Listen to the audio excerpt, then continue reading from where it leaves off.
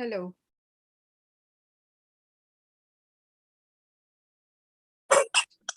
Hello.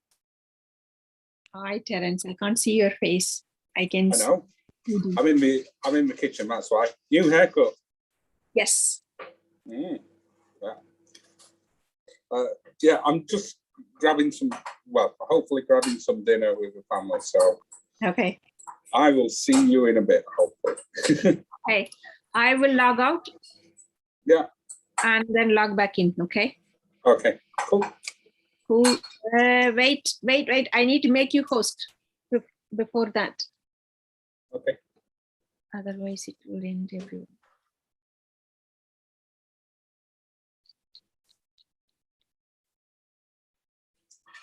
Cool. You are the host now. Let's check. I will. Yes. Anything you go and show your sisters, please, and tell them they don't share it. Or go and tell them, don't share this. I've asked you to tell them, not share that one. Okay?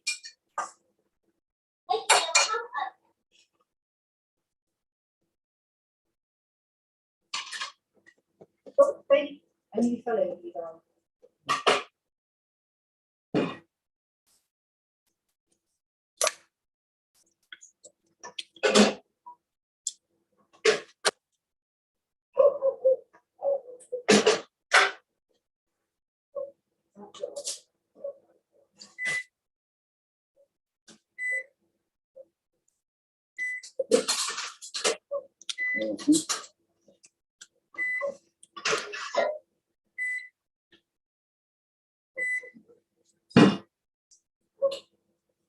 Baby.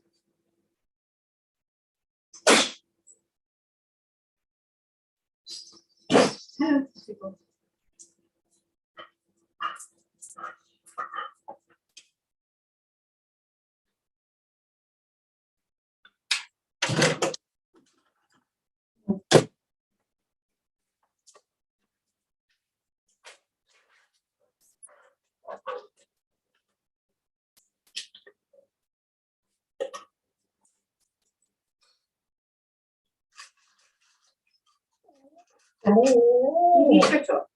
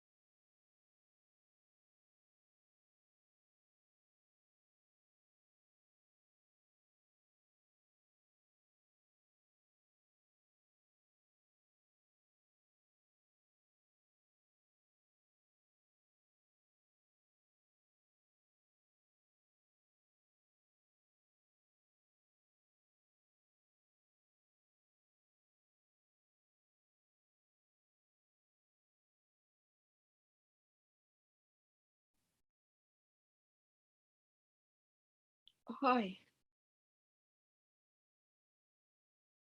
You're on mute.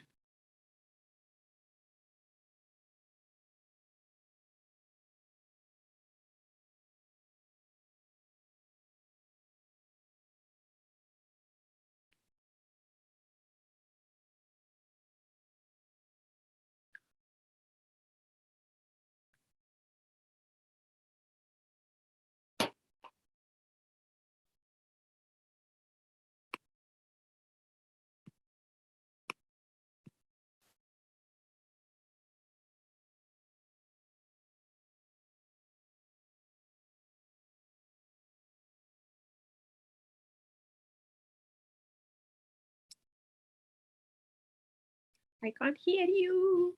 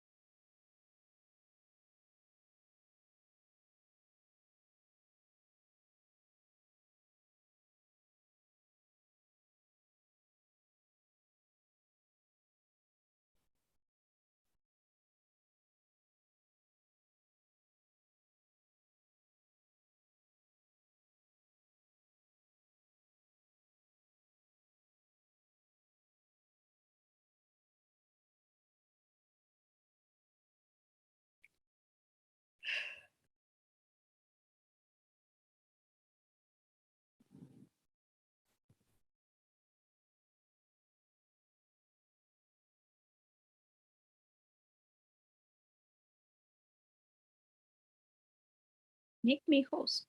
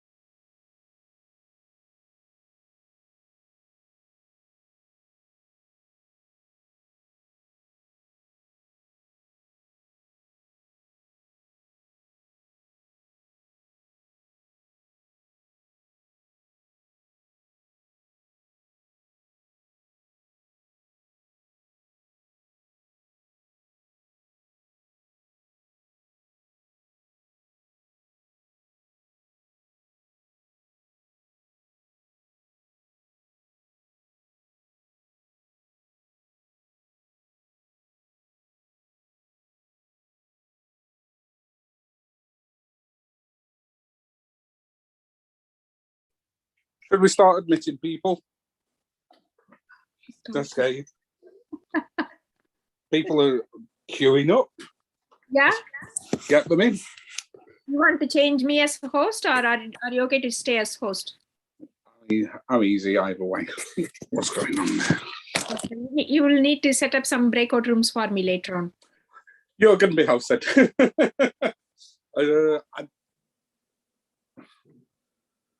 Can I do breakout? The trouble is with the iPad app, it doesn't let you do everything. Yeah. I thought I just admitted Baz.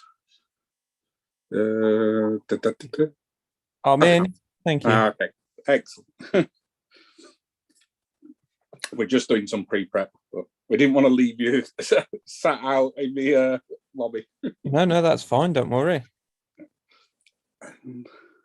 Hi. Hi, you okay? Yes. How are you? Yeah, just finished work, so all good. Prem, I don't appear to be able to create Breakout rooms. You are the breakout rooms. host. You I are know. the host. Or what can I tell you? I've got security, record, chat, meeting settings, background and filters. Here we go. Make me the host. I will.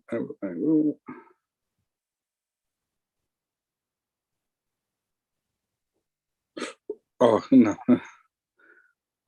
I can put you in the waiting room, but that's it. Don't I be am the too host. impressed with that. I am the host now. Yeah. Right. I think it's the iPad app. Yeah. Do we need the ideas board? You tell me. Yes. You told me we were doing something slightly different this time. So. Yeah, we are doing something slightly different this time. Wait a minute.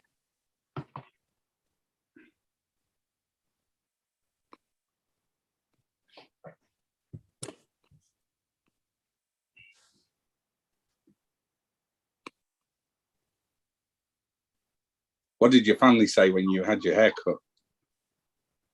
My kids were like, "Oh, we are not getting used to this." It's quite a change. Quite a change. But I have had this before. But probably they don't remember. They were little when I had this before. Yeah. When they were little, I couldn't handle carrying kids and the bags and my hair. So I thought, okay.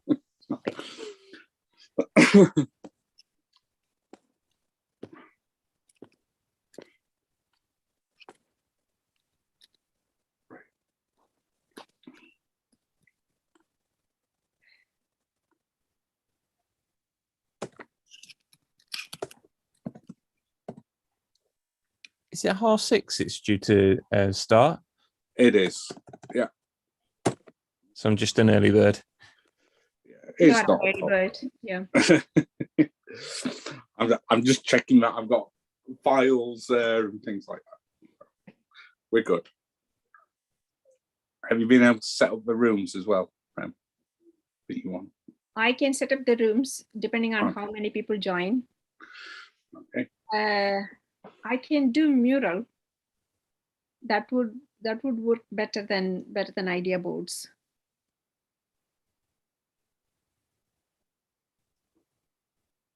Because we can match the solution problem under the solution when people bring problems. We can't match in idea boards, can we? We can only do 3 columns, 4 columns, 5 columns. Yeah.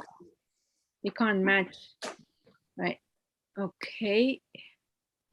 If I go to mural, it will sign me in to my current account. I have to switch accounts.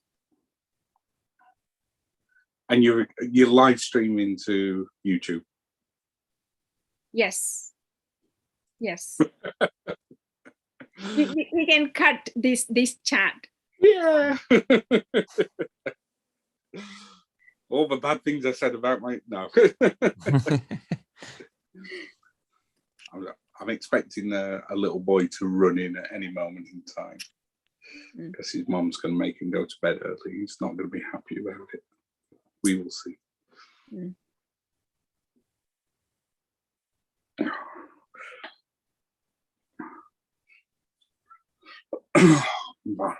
So you had a good day at work? Yeah, Yeah. busy, but yeah, Busy, good. Yeah. Busy, good, yeah. Oh, that's nice. This is only my second day back at work, and I'm Oh, just good. not really, Prem. I was supposed to be back last week, but I'm still Then what happened? got COVID, and No. not the new version, the original version. So Oh, wow. I was out for a number of days. No. How are you now? But was it Yeah, much better. mild or? It wasn't mild. It was pretty bad. No. That's But very bad. I thought I sent you a message about it, and yeah, it's been. I started to feel better on the weekend. So been all right. Mm. But of course, I'd sent out an office reply saying, "Hey, I'll be back on this day," and so I got all the emails that I'd missed already. But then all the people who were then following up going, "Hey, you said you'd be back on this week and you've not done this yet." Yeah, I know. delete. Yeah. Have you managed to catch up yet, or no? Still playing catch up? I've managed to read all the emails. I've not managed to action everything. So some people have asked for new accounts and just different meetings to be set up and stuff. So yeah, we'll get there. By the end of this week, I'll hopefully be on top of everything.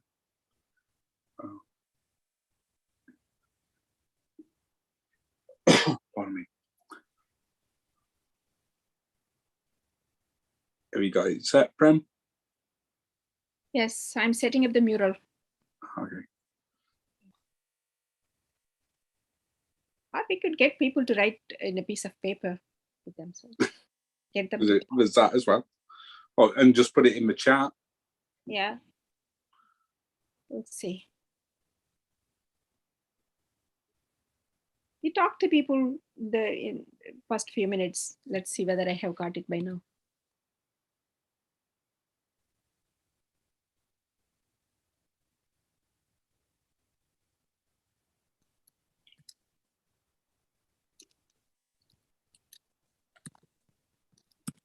Are you the only one who can admit people as well?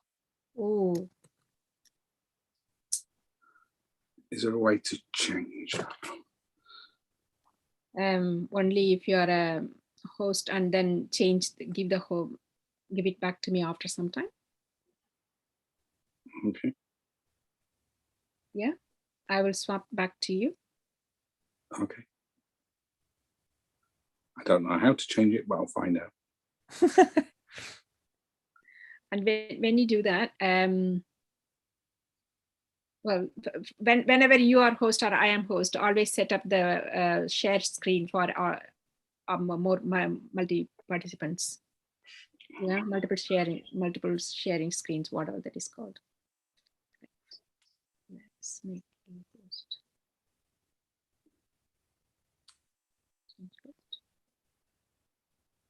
Yeah, post.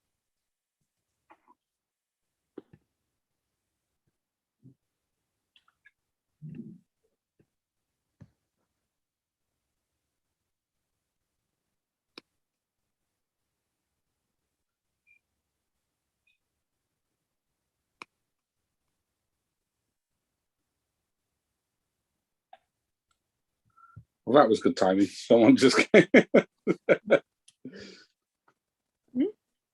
said that was good timing.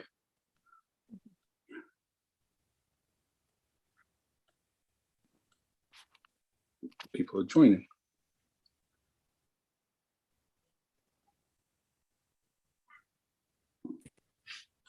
Hello.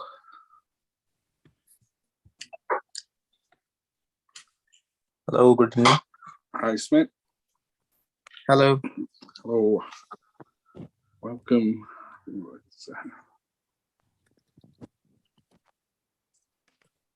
Sorry, I'm looking how to do something in Zoom. It's okay.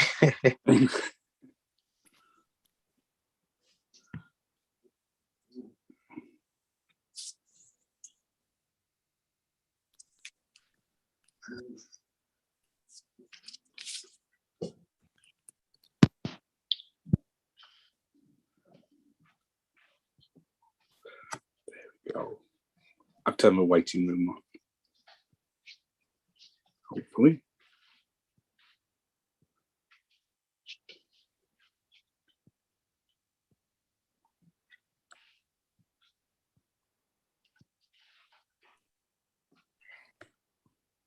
Let's try this.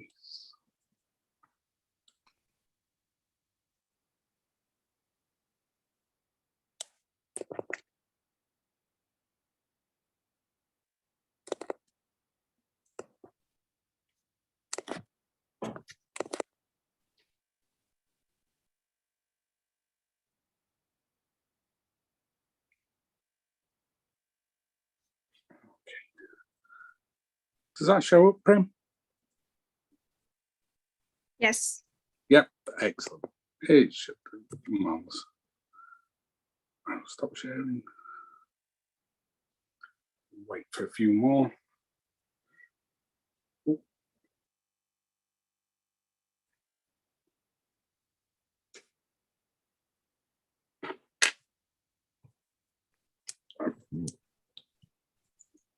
I think we had about 20 people RSVP, didn't we?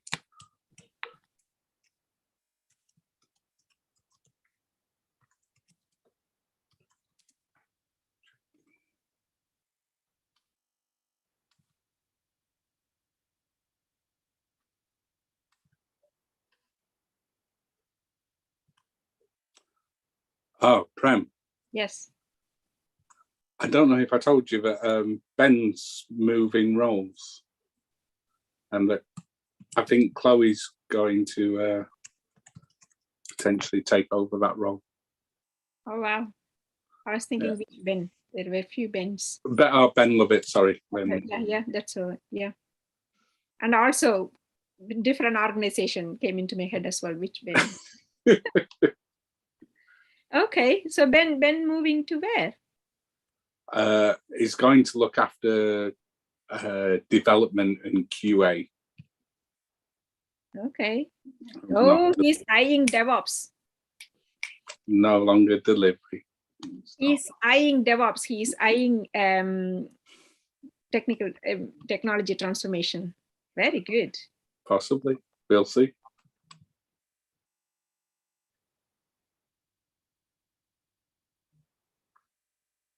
Okay. Right. Where am I?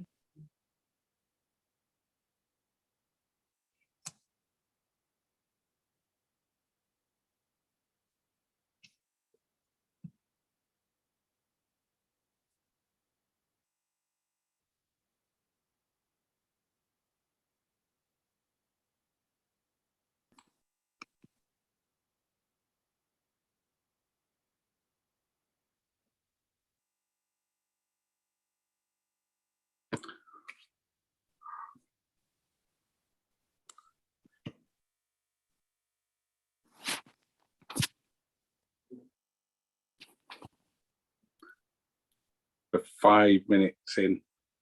Mm. Should we give it a bit more time?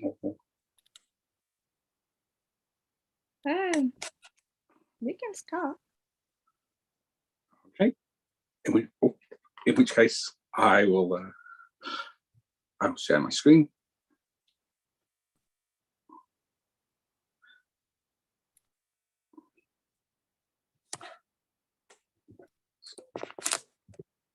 There we go. Welcome to the Telford Agile Meetup. My name is Terence Darling. I'm joined by Prem, who you may have heard talking already. So we're going to do an Agile clinic with a slight difference today. So Prem tells me. and we'll see how long that lasts. Obviously, it depends upon people's input and what we're sharing and what suggestions we've got. Then there's a quick what's coming up next for the following month, and it's always the second Tuesday of the month, and then we will wrap up. Okay, and with that said, I will now stop sharing and hand over to Prem. Okay, that's very lucky. I have nearly done it. Okay, so make you, oh, I am the host. Okay, cool. I can share screen. Yep. Okay, first let me share the link to the mural.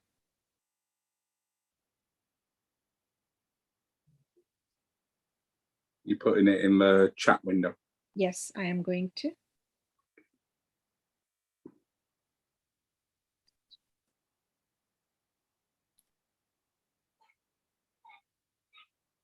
Cool. How many we have got? We only need 2 breakout rooms because we only got 4 people other than me. I mean, including yourself, 4 participants for the activity.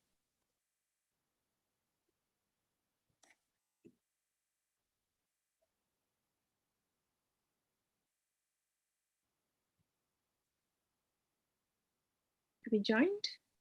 I see somebody. Visiting lion. Visiting horse.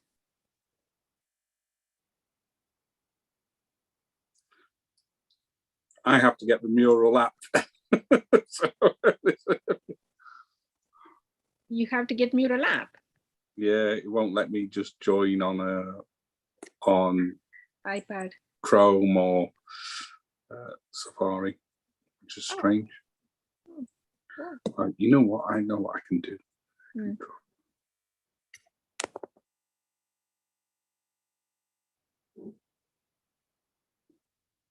Right, okay, so there are only 2 people on the mural at the moment, other than me.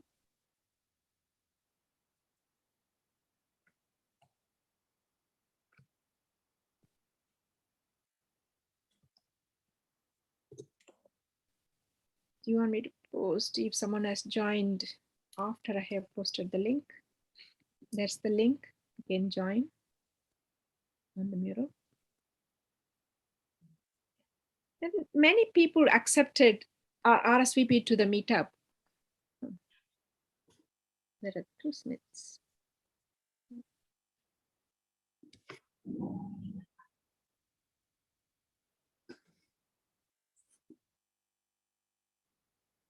Is there any difficulty in joining the mural?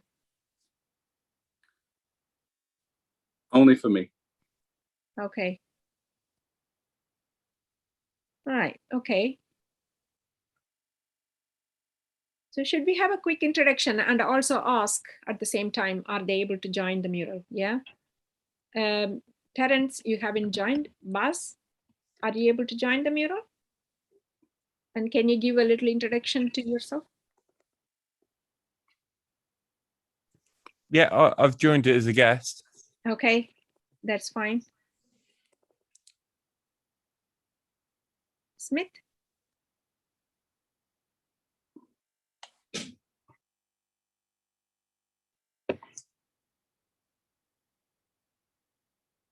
Are you able to join the mural, Smith? Oh. Anthony? I just said hello. Yeah, Smith said hello. Anthony is still connecting to audio. I have now been able to join via the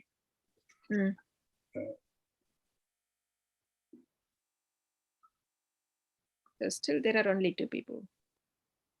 Visiting rhino, visiting horse, visiting lion has left.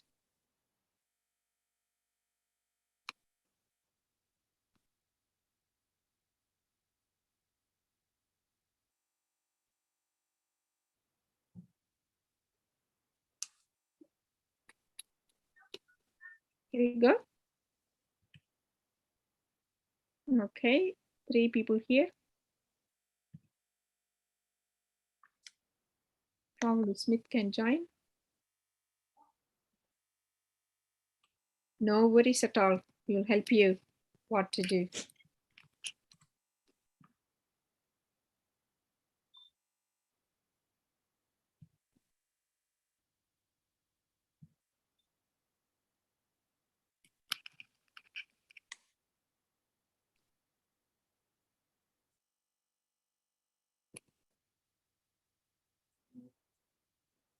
Okay.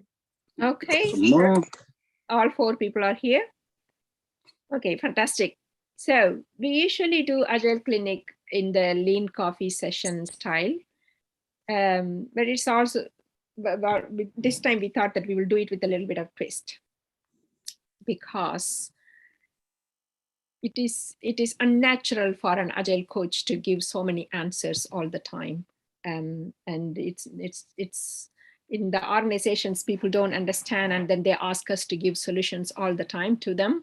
And at least in these sessions, we should step away from that habit, and then maybe try slightly different way of reaching a solution, instead of someone asking question and the Agile coaches giving answers to them. So that's why we are introducing a little bit of twist in this Agile Clinic today. The twist is taken from design thinking aspect.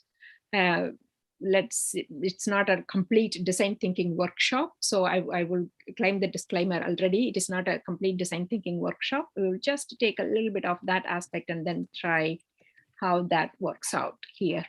Okay. Cool. So first what I will do is I will pair you up as pairs, and then what you're going to do is one person is going to be the coachee, the other person is going to be the coach, and then you will swap each other, or you can give different titles to yourselves. One person can be the one who introduces what problem you want to solve. The other person will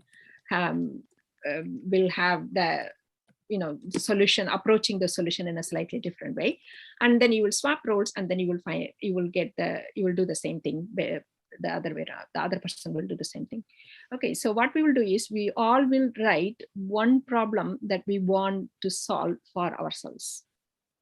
That will be in the first box. What we will do is in the first box, we will write a problem that we want to solve in this session today. An Agile problem that you want to solve in this session today. So you can find your sticky from this. Are you seeing my screen? Am I sharing my screen? Nope. Nope. Okay. I am going to share my screen. Let me share my screen.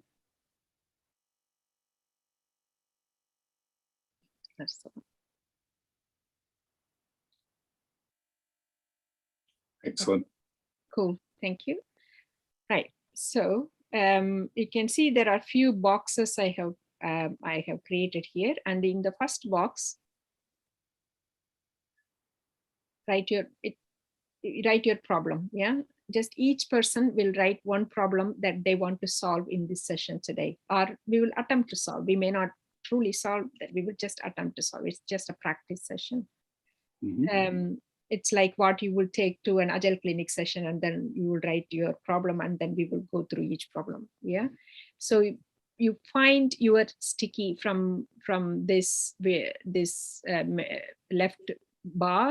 left menu. You open the first one, and then you can see so many stickies here. So take one, whichever the color, size, shape that you like, and then you write that, how do I deal with stakeholders? How do I convince stakeholders to follow Agile mindset, or whatever you like? This is an example I have written for you. So something like that, you just write your problem that you want to solve in this session. Okay. And then what we will do is we will go into breakout room, and at that time I will give you a little bit more instructions on what we are going to do in the breakout room, where, but just to give you an overall higher idea, that in the breakout room, you will partner up, and then like, if I am going with Terence, then this is my problem. I am going to get Terence to solve for me. Whereas Terence won't immediately give me suggestions or anything like that. But what he will do is that he will listen to my problem. He will ask few more questions, like a very user interview kind of questions. At this stage, he's only collecting answers from me. He's not thinking about any solution, and he's also not thinking about what exactly is my need. He's just gathering information from me. And then he will think about it, and then he will take all the data and then narrow it down to user need. What exactly is my need? Then that part, a little bit of that part, he will do it himself. Then we will swap the roles, and I will ask him the same kind of questions to understand his problem, and then I will use that information to narrow it down to understand his need. And then again, now we have to think about solutions. Then for that need, we will think about as many solutions as possible within the limitations of the time box that we are going to set for ourselves. Again, we will use breakout room for that. After that, we will have breakout room to go to show the solutions to our user, and then pick one solution, and then we will prototype, and then we will come back. So it looks a little bit confusing, but I will take you through each step one by one. I have given you an overall view of how we are going to do.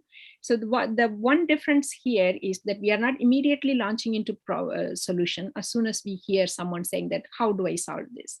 This is the problem I'm facing in my organization. We are not immediately dishing out suggestions, solutions in the sessions. What we are going to do is we are going to ask them a few more questions to understand the need. And then we are going to think about few different ways of solving it. And then we are going to pick one solution that's going to help us. Good. Is there any question at this time?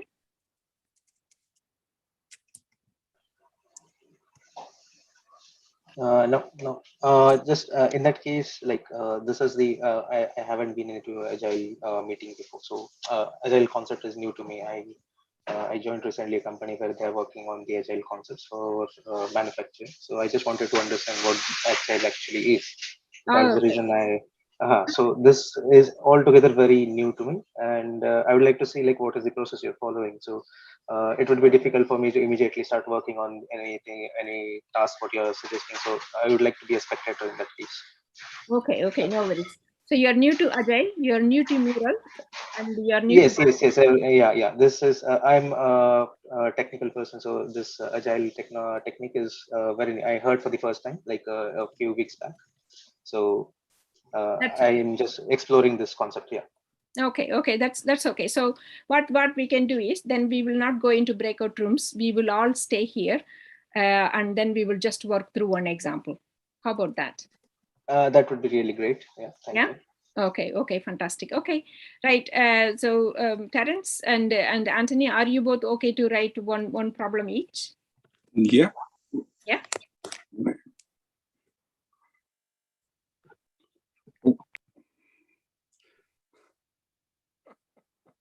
This is going very badly. My sticky has gone in the wrong place. I will tell you, this is a very bad example because it's too vague.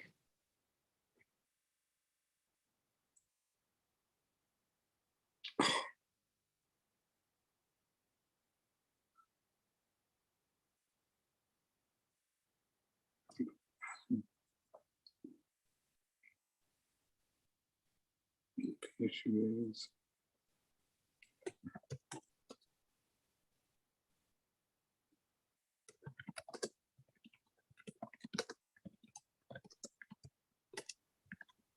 sorry, was there a method of putting my question electronically?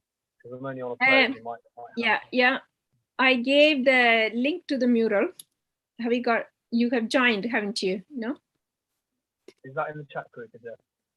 I posted. Yeah. I have posted it. Yeah. Team. Okay. All right, I'll give it a try.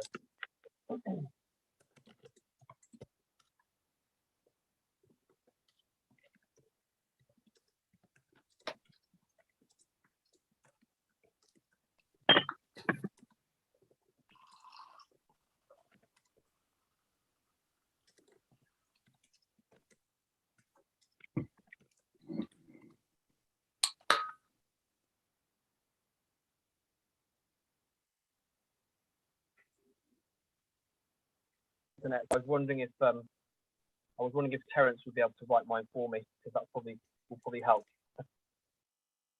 Yeah, if you put it, do you want to put it in the chat or what? What do you want? I can try and write it. I'm not the best. Sure. Yeah. I'll pop it in the chat. Yeah, no worries. Yeah. Okay.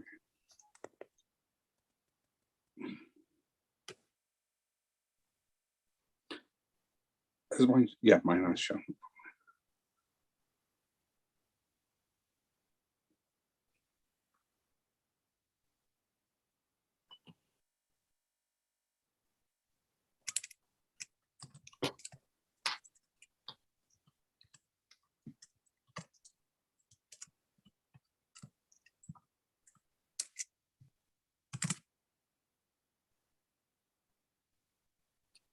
Let me see if I can.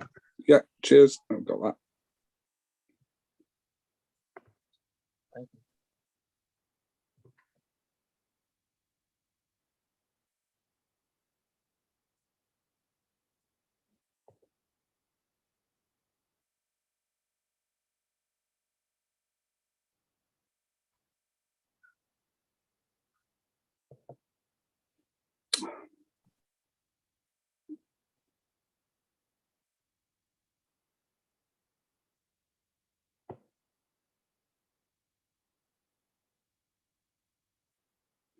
There we go. Got 2 in there now, Prem.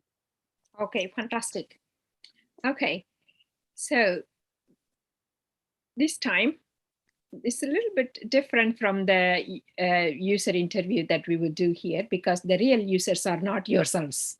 The users are the people whom we are talking about are the teams, right? So still we are going to find out the team's need by asking some questions here. You are going to represent the team. Okay, so which one we should pick first?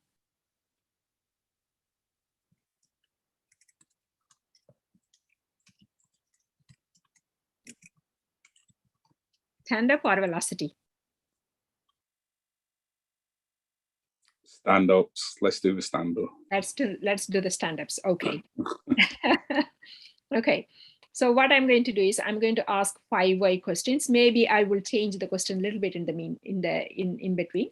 But our focus is going to be understanding the user need. Yeah. Why they are doing this? What is their need that is making them do this?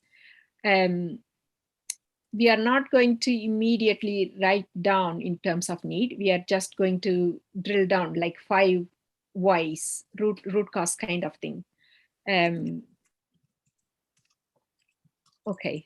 How do I get my team to take morning stand-up seriously? There are 2 ways I can ask the question. Why do you have to take them to, why do you have to make them to take it seriously? Or why do they have to take it seriously? Yeah. So what I'm going to do is I'm going to do the second one, so that we understand the need of the team itself. The first one is actually understanding the need of yourself. If I ask why do you have to get them to take it seriously, would be understanding your need. But what we are going to ask is that why do they have to take it seriously? Why do they have to take the morning stand-up seriously? It's a question to you, Anthony. So the team members have to take the morning stand-up seriously, so that I, as the Scrum Master, can identify if they're on the right pathway to achieving their particular objectives for the day that they're sat in, that they've achieved objectives from the previous day, and so that I can keep them on the right track of the pathway for the next day as well. And I might need to essentially tweak what they're saying to benefit the organization. Okay, why do they have to stay in the right track? So it might be an interpretation issue. They might not have interpreted the actual task that they're doing correctly. They might be on a timeline. They might be on a strict timeline, and that timeline might lead up to a sprint that they might take part in. And if they don't achieve that timeline, then they can't take part in the sprint. Why do they have to achieve the timeline? To achieve a timeline, they would have to.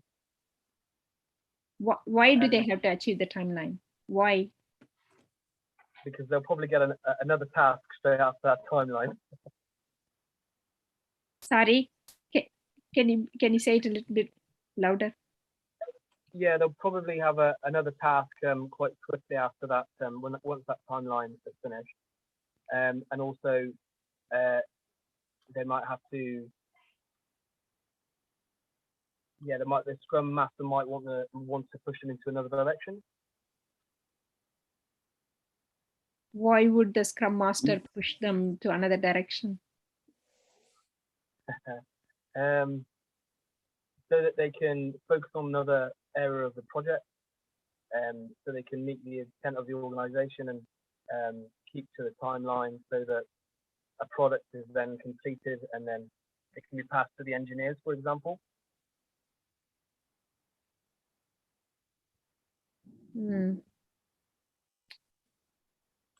Have I asked five whys, Terence? At least.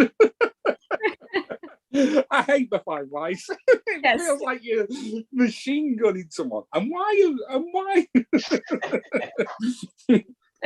Okay, so but it gets you towards the intent. Okay. Route. So you were listening as well. I haven't been grilled like that for a while. Sorry about that. So from the answers, I'm used to it. yeah, it's all right. Sorry about that. So from the answers you heard, Sure. Terence, would we be able to say the user need in here? And remember, when you say the user need, the team needs to as a verb. Okay, would you be able to say that the team needs to? The team needs to deliver their work so they can move on to more work. I don't know. Yeah, the team needs to achieve the timeline. Yeah. Okay, so that's good enough for now. So let's write that as a user need. I'm moving that here.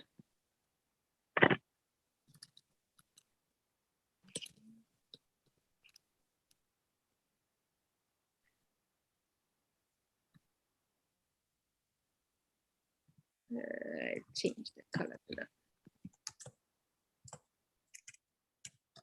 Okay.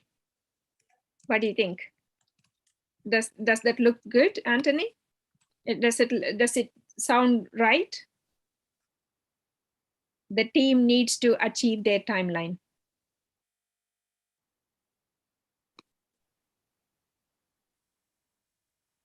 I guess it still doesn't answer the reason of why. Why do they need to achieve their timeline, you mean? Yeah. Why do they need to achieve their timeline? To deliver business value. To deliver, okay, the team needs to deliver value. Doesn't have to be business.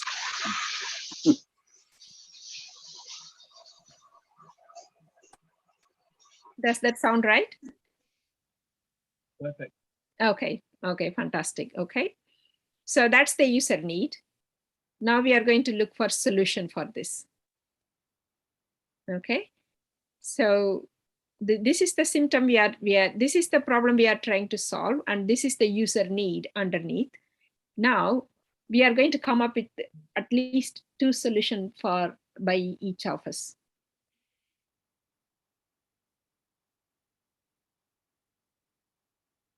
To solve this problem, we are going to, this is the user need they have, and we are going to come up with 2 solutions.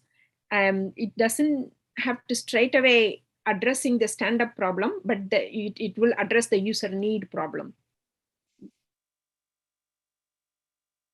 Can you think about 2 solutions for it? Sorry, can you repeat that, Brent? We've come up with 2 solutions that will solve the user need. User need.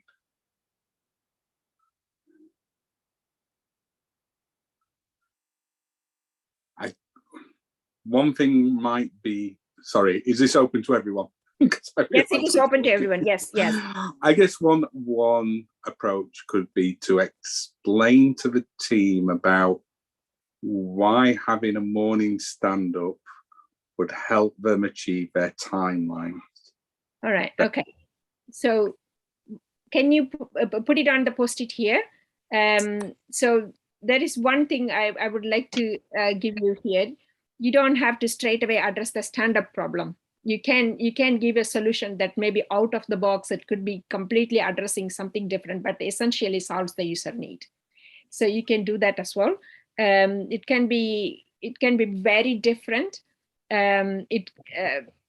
Because if instead of getting stuck with what the problem we are seeing, we are thinking slightly outside the box to see what else can we do to solve this problem. Because essentially what we are trying to solve is the team needs to deliver the business value. Terence, if you can write 2 solutions as post-its, and Anthony, if you can write 2 solutions as post-its, then it will be great. Fantastic. Do you have problem in accessing the mural, Anthony? Yeah. What can I do to help you? I'll try again. I don't want to put all the pressure on. It's no pressure, don't worry. No pressure. Terence is putting his post-its. So hi, Herb. I'm on my phone. I'm on my phone in the travel lodge. Okay, you can stick it in the chat, and I can paste it here. Hi, Herb. How are you? Hi there. Hi. Hi. Well, thanks. Long time no see. Yes, it's been a while. Yes. Yes. I was trying to bring along a couple of my students, but it seems they've had some trouble joining. But we're all good. Okay. Oh, probably they are in the waiting room. Are they in the waiting room, Terence? No, I turned the waiting room off because I'm good like that. Right. At least I hope I did. Oh wow.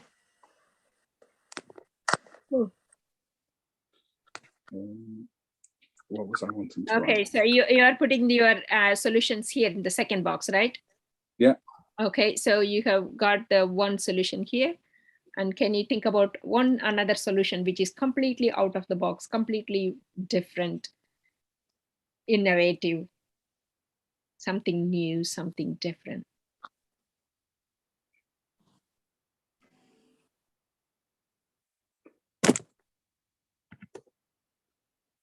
I can think of a bad one. That's okay. Put it there. That's okay. Very bad one, very wild one, very undoable one, not feasible one. Anything is fine.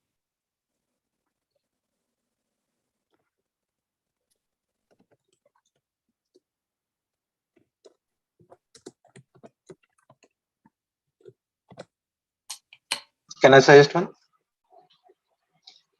Sorry. I mean, can I suggest one? Yes. Yeah. Of course. Add your. I wanted to say the same actually. No, you already wrote it. I mean, just a pulse for someone who joins the daily meeting. Like you can give some goodies or something like that. That is just an outer. Carrots and sticks. Do they work? Yeah. Okay. Anything else? How about this?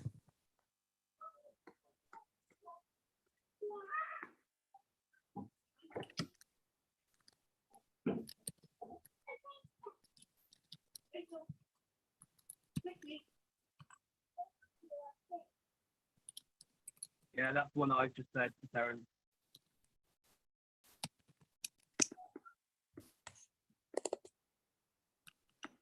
Oh yeah, you.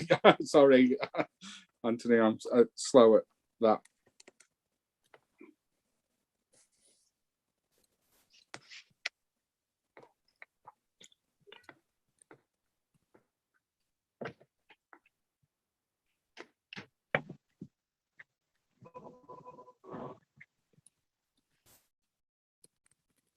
I think Anthony's got the same one, Prem, as well.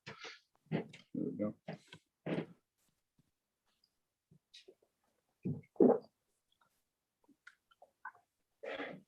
Ooh.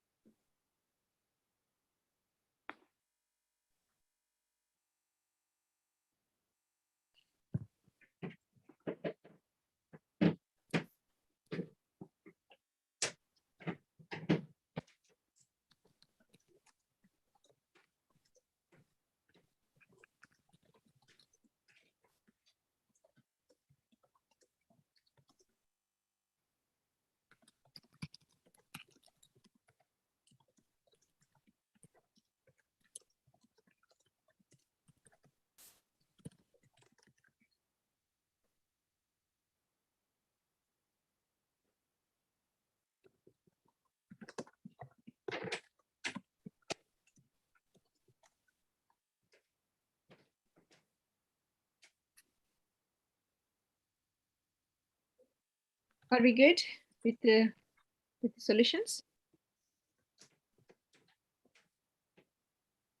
Okay. So we will explain these solutions to Anthony now.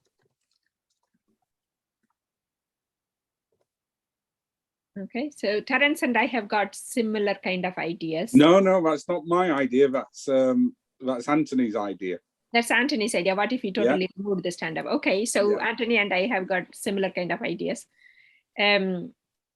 So Anthony, you're saying, what if we totally removed stand-ups? Would our communication be poor and therefore business value will be missed? What I have written is cancel the stand-up and ask them how else they would like to communicate among themselves, but on a daily basis. Just give them one condition that you will have to communicate with each other on a daily basis. And this communication will also be for anyone who is interested in the work they are doing. That's the whole purpose of the stand-up. So ask them, how else would you like to do this if you don't like to, if you are not doing stand-up seriously? That's one solution. One type of solution. Basically, we are saying that let's remove it and how else we solve it. Reiterating the team the importance of achieving the business value and explain the team how the stand-up can help them deliver business value. They both look similar.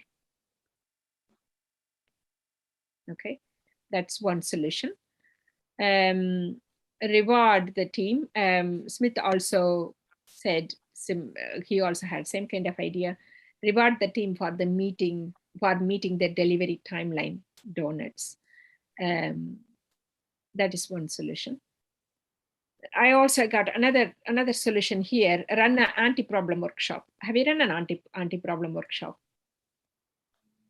Have you come across an anti-problem workshop? What, the TRIZ consulting? Huh? Of the TRIZ consulting, I think is what it is in liberating structures. Sorry, I couldn't remember the name then. Oh, okay.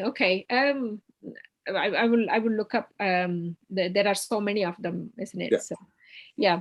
So, how you do is just you ask the question that what are the things we can do to make it really bad situation.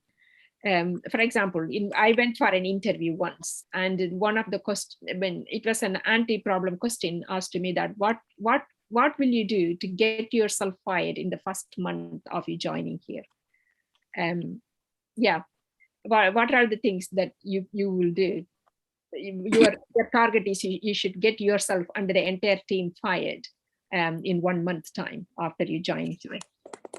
So just list out all the bad behaviors, list out all the bad things we can do, something like that. So, and also for a project, you can run that. What are the things we can do to make our project entire utter failure? Then you can list out all the bad things that we will do, all the anti-problems that we will do. So similarly, that run our anti-problem workshop, what are the things that we can do to make this communication very bad, or make this make us not deliver the business value within the timeline, and then ask them all the bad things that can make this problem run into that kind of situation, that brings realization and awareness, and then they change, they decide not to do any of those kind of things. It kind of really helps. That is one way of doing it. Now it is your chance to pick which one you want to go with. Which one sounds doable, sounds that it will work for you, work for your team. What do you think?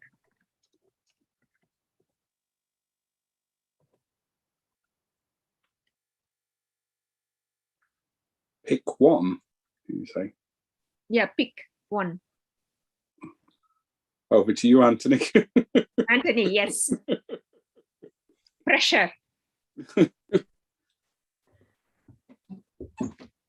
It's fine. I've got this. So I can pick one of the new ones that you put in. Yeah. Pick one of the new ones. New one. Sorry, can you just ask the question again, please? The new one. Now pick one of the solutions that we have got here. There are 1, 2, 3, 4 solutions here. And one solution being, what if it removed the stand-up? And would they miss it? And one is that explain to them why they need to do the stand-up. And the other one is reward them if they meet the deadline. And one is run an anti-problem workshop. So there are 4 solutions, 4 ideas here. You pick one of them that you can go and try. Okay. This doesn't have to be in any particular order. So I think I would probably tackle this with a bit of education. So I'd like to go into the realms of explain to the team how the stand-up can help them deliver the business value. That's what you are going to try out. Yeah. Okay. Yeah, that's your call. Yeah. That's fantastic. But there are 4 options available here. Go and try out which one works for you. And then if you see the symptoms still happening, try out something else from here, and keep doing it until you are happy that things are improving. Does that sound good? Yep. Yeah. So Terence, what do you think of this way of doing agile It training? gives you a lot more options, suggestions to choose from. Yes. I don't know what everyone else thinks, because in the past it's been very much we pick one and that's it. But yeah. And usually it is they ask question and we keep giving answers, right? Yeah. Possibly too many answers. Yes. Sorry, Grammy, could you just drop the screen down so I can see the one about the donut? Sorry, I can't hear you very well. if can you move the screen slightly so we can see the top one, Prem, where it says reward the team for meeting the delivery time with Donuts. donuts. Basically, it's donuts, Anthony. Donuts. Yeah, I understand. I do not recommend this, by the way. This is the one where I said, can I put one that I don't recommend doing?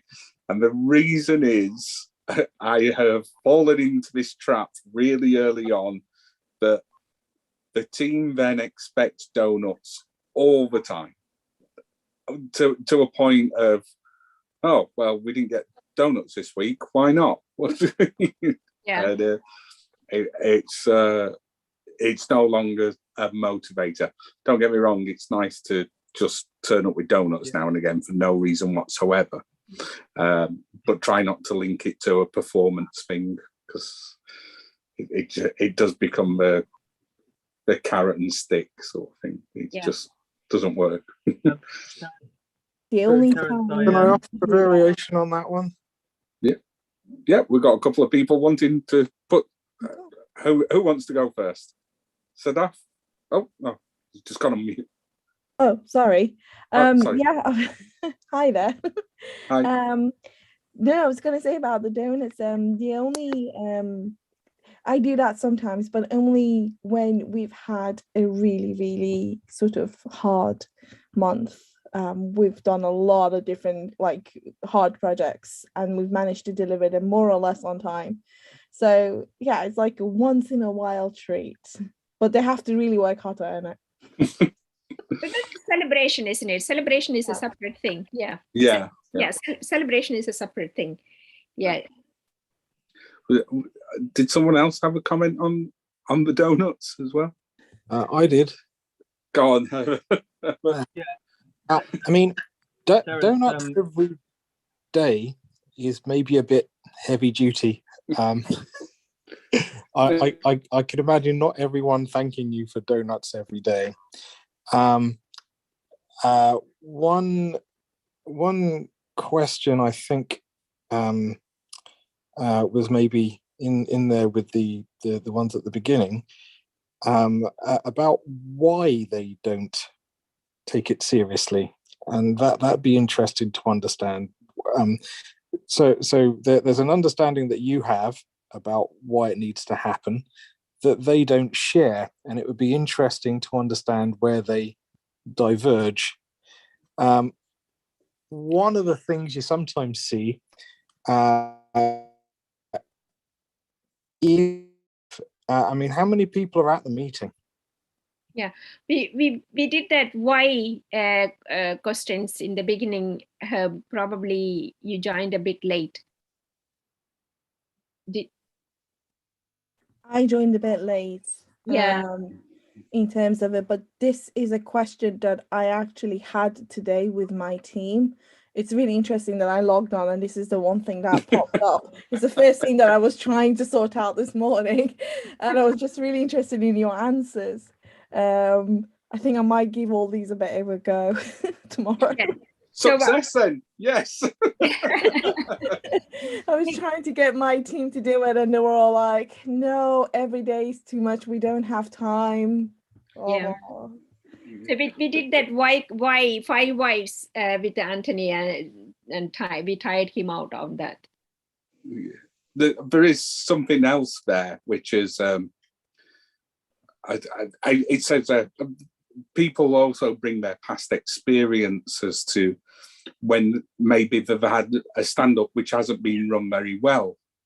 So, and I will hold my hand up and say I'm guilty of doing this. When I first started, I would have, and Prem knows this, a long time ago, I'd let a stand-up run for 45 minutes.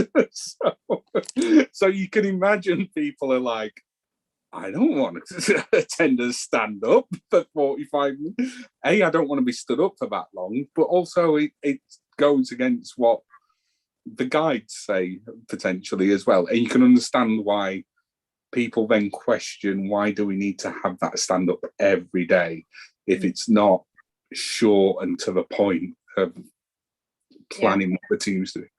Sorry.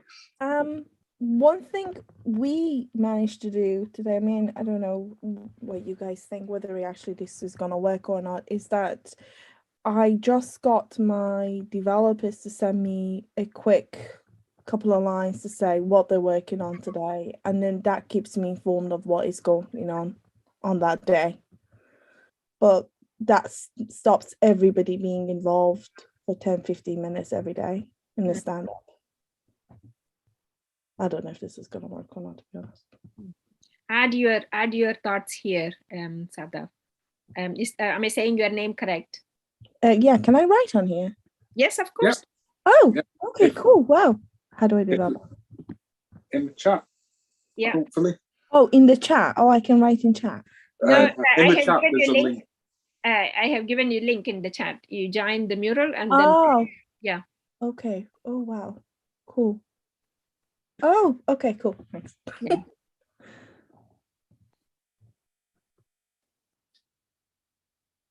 Cool. Should we move to velocity problem?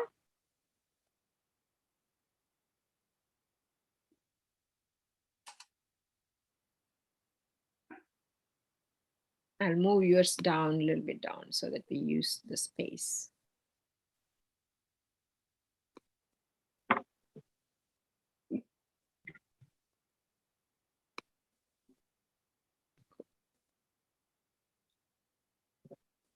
Okay, should we start with velocity problem? If you really want to, yes. You know what's coming, don't you? 5 Whys coming your way now.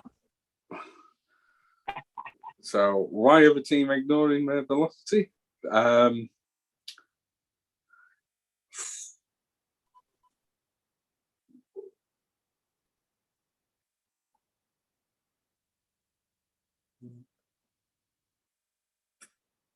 There are 2 parts.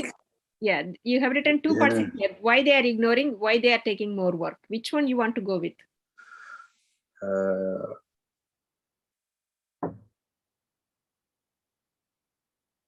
Probably why they're taking more work. Okay, why they are taking more work?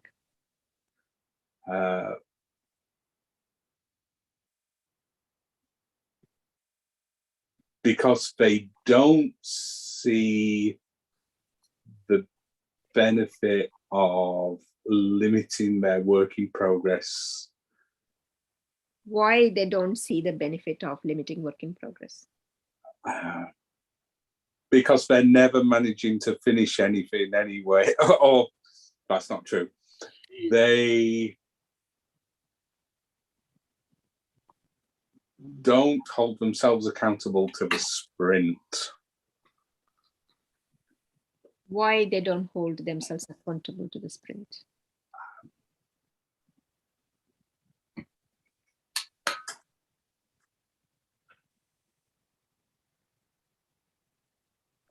Because no one else holds them accountable.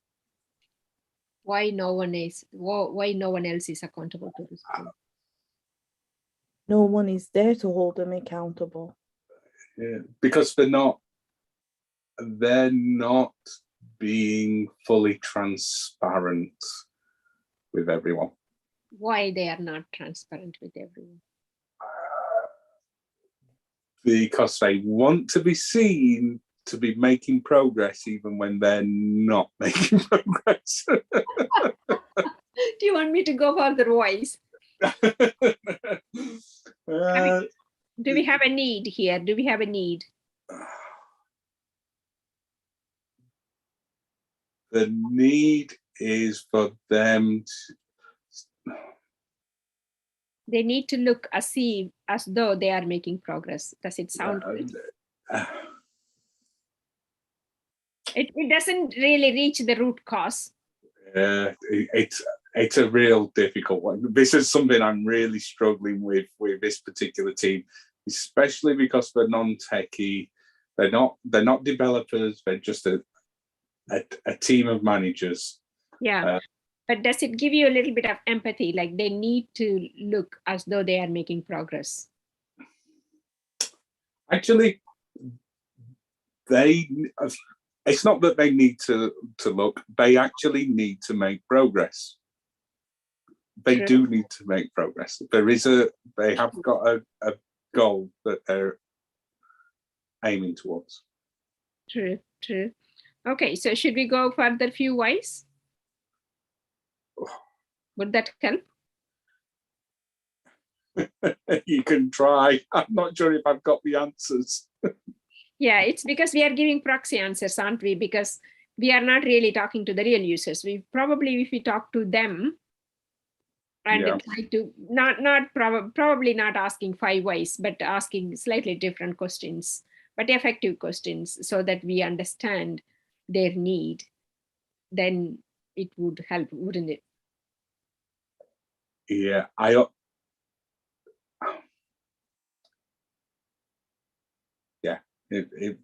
it would help.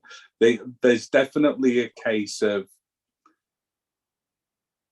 some people wanting to be seen as if they're doing something,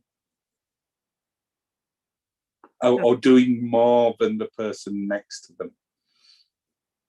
Why there is such a need for them? I don't know, because neither of them are achieving what they've set out to do. It's a whole team who are doing it.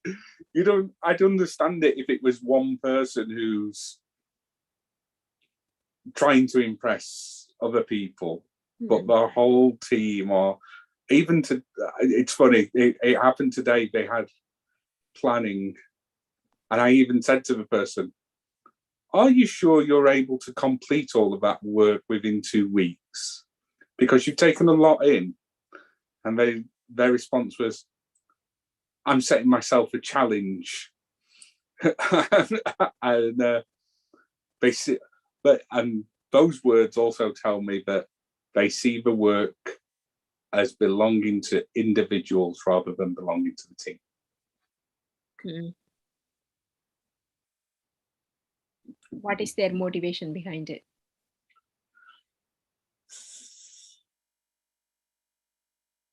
I honestly don't know. I'm scratching. This is why I put it up there. I am scratching my head as to why they do it. Okay. There seem to be some different notions of productivity at work here. Whereas your notion is about delivering stuff quickly, theirs seems to be about, supermarket sweep or something. Yes. Yeah. How is the how is the relationship between the individuals in that team? Do they get on well with each other? Is there banter, or is there perhaps friction?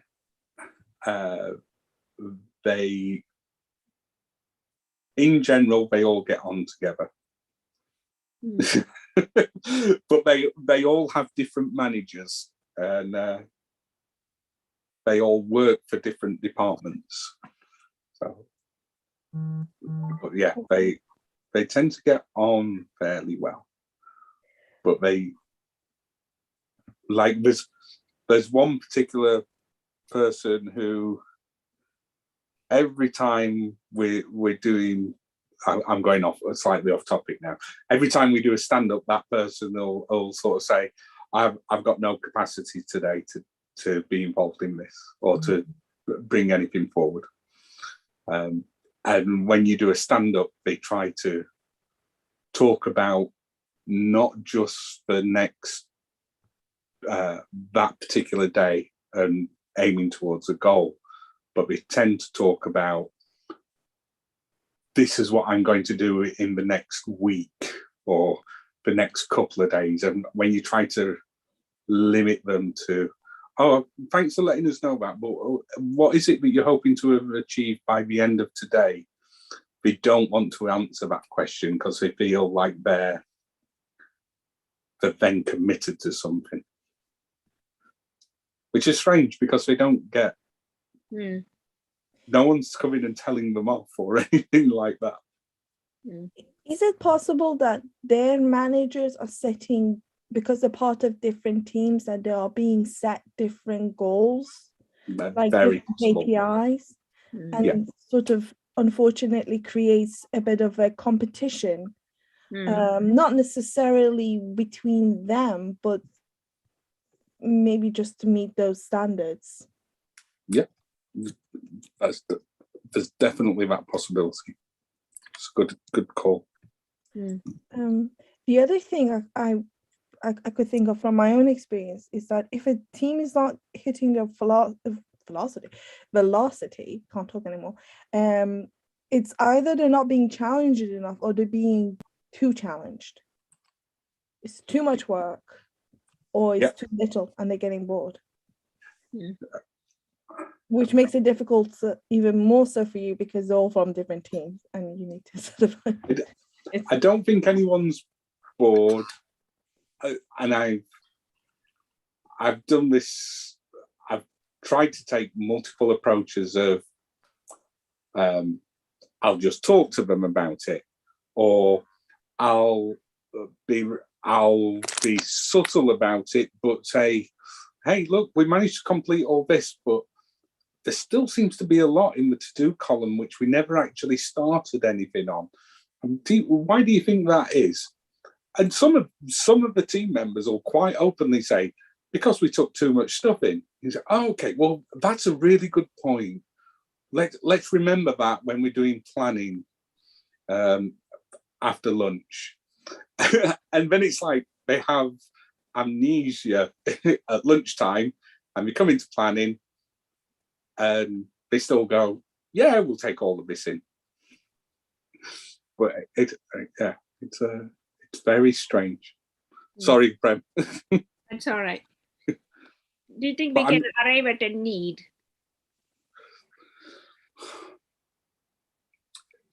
They feel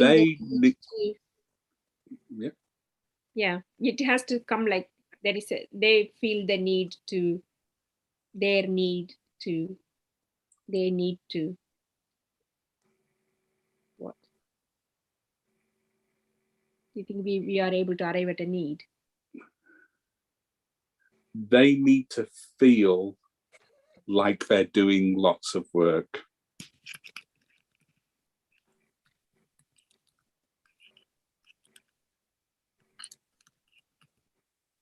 Remember, this is again our assumption, right? It's not from the. It's not from them. Yeah, it's not from them. Okay, let's go with it for the purpose of moving on from here. And this is, let's say this is our user need, and let's go and put in our solutions here. Let's try at least 2 solutions from each of us. Herb, have you got link to the mural? No, I'm on my phone at the moment. I'm not sure it works. Okay, no worries. So we all can start giving some solutions to Terence. We can add our solutions in this box here. Is there something about checking the estimates? So if they're taking on too much, then they must be thinking that the tasks are smaller than they are or something. So just check that they're comfortable with, imagine someone going to a buffet and taking too much at the buffet and not being able to finish it. Yeah, I have added your note here, Herb, taking the estimate and matching their capacity. Yeah, thanks. Yeah, cool. Change the color. That's...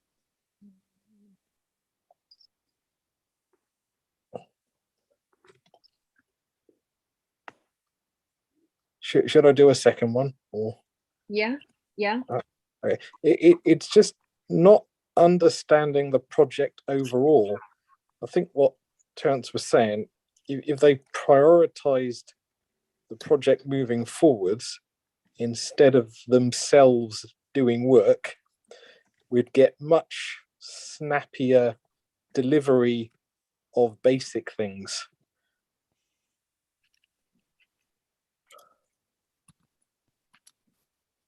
Sorry, can I just ask, because I came in late, so I'm not entirely sure what everybody does in terms of the positions, their roles. Does that team have a Scrum Master? Or are you their Scrum Master? That's a really good question. Would they benefit? Am I their Somebody that would Scrum keep them on Master? track? Aha. Say again, please. So it's a team of, I can't give too much away, obviously, because this is a current client.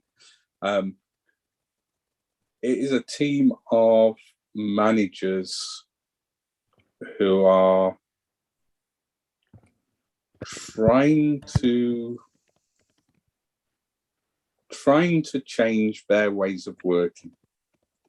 And that's what's so funny about it.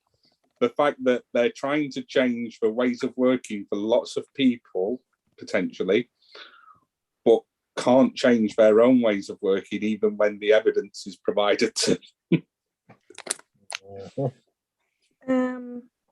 There's one thing that we did when one of the companies that I used to work on a while back was that we didn't have a Scrum Master, but each sprint somebody volunteered to be a Scrum Master.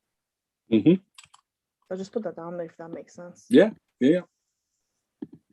And did that help because it gave each person a better understanding of why they should limit things? And it did that. It made them understand the other person's work as well. So in a team, if in a dev team, normal dev team, you've got a developer, a tester, a designer, so on and so forth. But it's really sometimes hard to understand for a tester to understand a designer's work or a designer to understand a developer's work. This gave them a bit more of an understanding, a bit more of a responsibility, and also sort of made them understand Agile a little bit better, because it kind of made them want to follow, not necessarily to the strict extent, the rules, but go out of the way to try and understand how the work is done.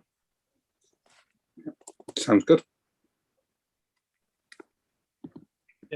Can I just jump in there on that question? Yeah. On that. Your line is a bit breaking, Anthony. On what was just said then, if possible, so I can hear me. Yeah.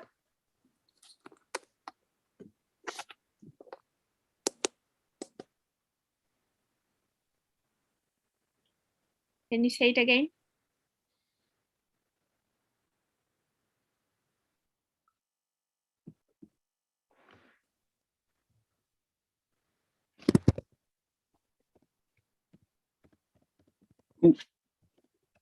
Where are we? Oh, Anthony's just dropped off. Maybe he's going to reconnect.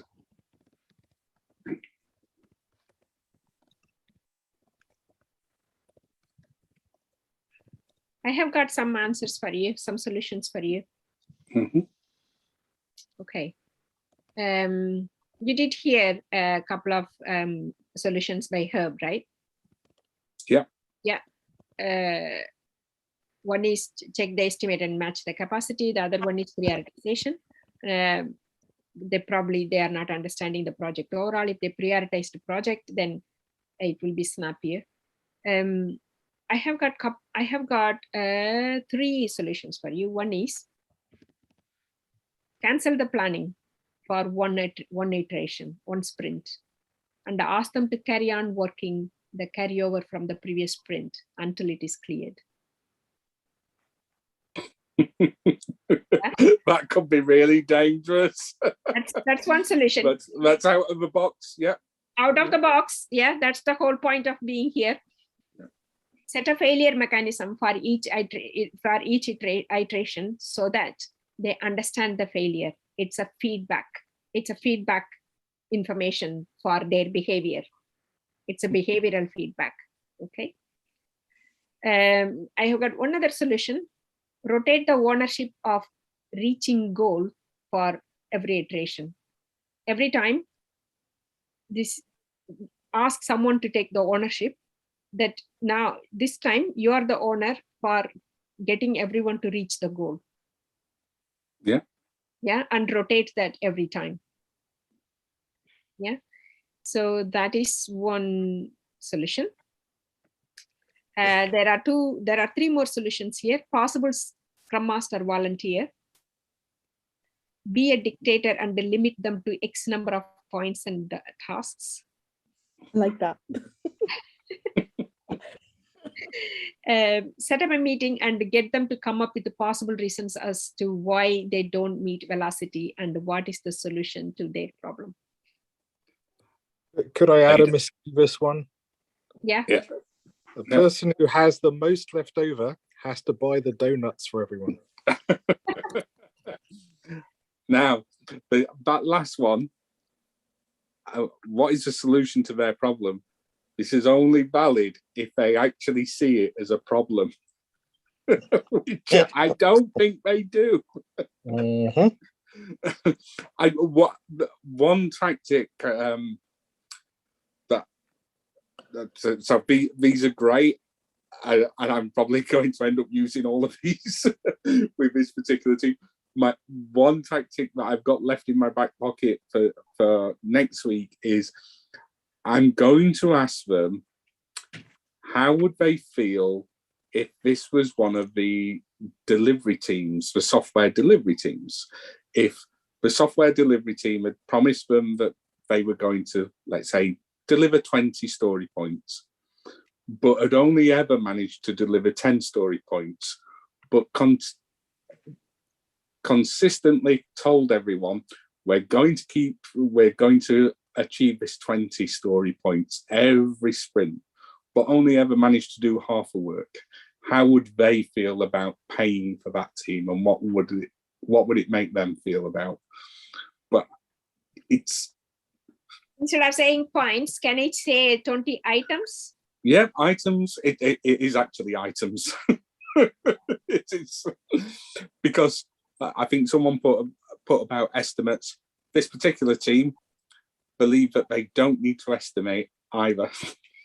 So we just do, this is how many items we're going to do. Aha. Oh my Which God. also causes, Yeah. That's yeah. And when you say to them, I really think we should do some relational based pointing, whether it's story points, whether it's animal sizes, t-shirt sizes, whatever. Yeah. Oh, we haven't got time to do that. Why would we do that? And you sort of say, well, it'd stop you from taking more work in than you need,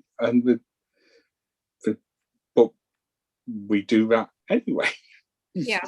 I think what this team lacks is understanding of agile and also consequences. Like, Yeah, because but- if I don't deliver a project on time, I'm responsible for that. You know, there's going to be somebody down breathing on my neck, telling me off. Why isn't this ready on this time? You have to justify your reasons behind it. And there doesn't seem to be that there. There isn't, and these are people who tend to be in charge of all the project managers and in charge of the programs. So they are the people who will turn around to others and say, hey, why is this not being delivered on time?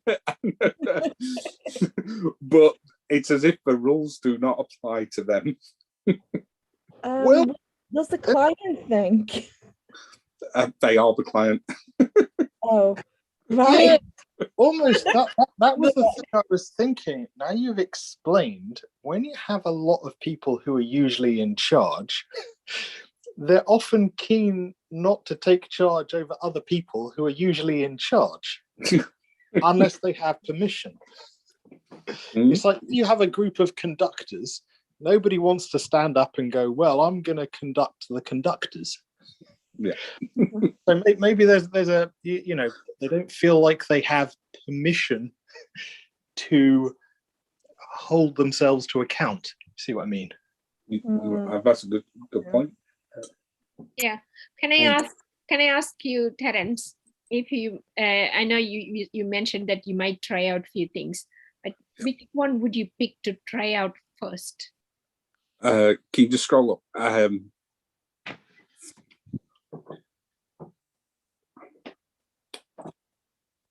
You have got. So I think cancelling the planning for one iteration, because that will make them see that potentially they're,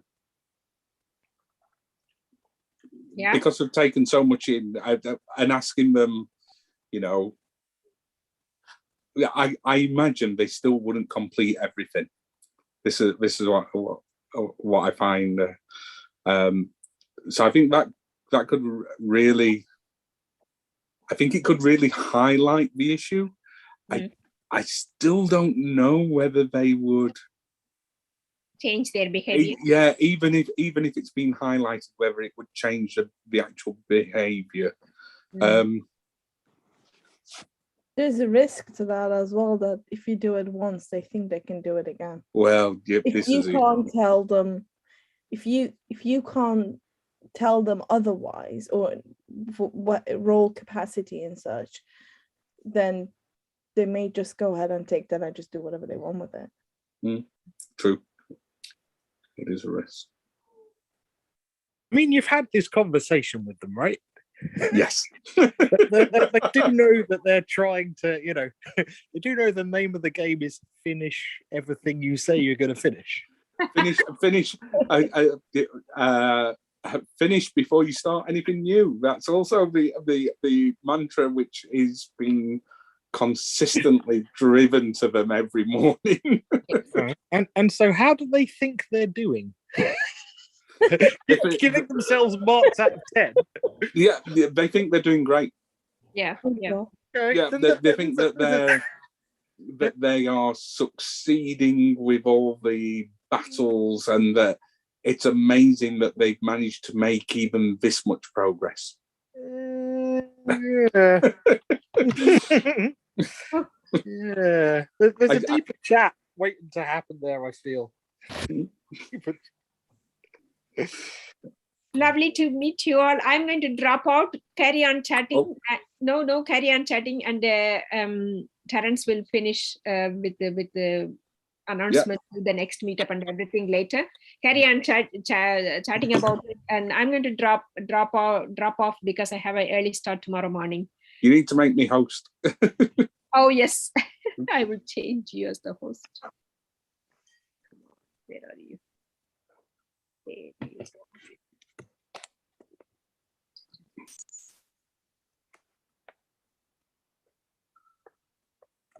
Right.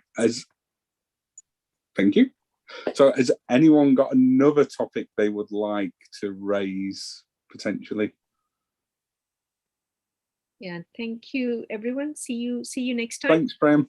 Bye. Bye. See you, Herb. See you everyone. See you, Anthony. See you, Sadaf. Yeah, bye. Bye. Right, it'll just be me, so you'll have to bear with me and my inability to multitask. So, has anyone got any other topics they would like to raise or problems? I think. What are the parameters? You mean with an agile process that's ongoing? Yeah. Well, what would you like? There you go. We'll open it up. You can have anything. Okay. So if I'd brought along the people I was planning to bring along, it sounds like from what you're saying, you get a lot of people to apply agile to areas other than development. How could someone who was kind of used to traditional project management kind of make a good start on transitioning to an agile approach? Well, I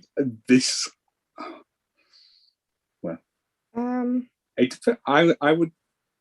My starting point would be, what is it that they think they will get from transitioning to agile?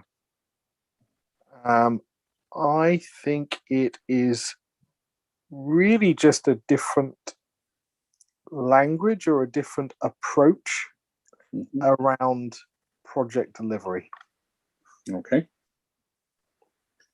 So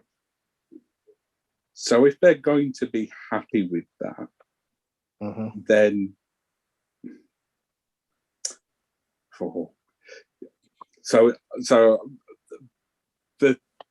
unfortunately, a lot of the things that I'm involved in, it tends to be, we have this issue and we think that being agile is going to resolve that issue.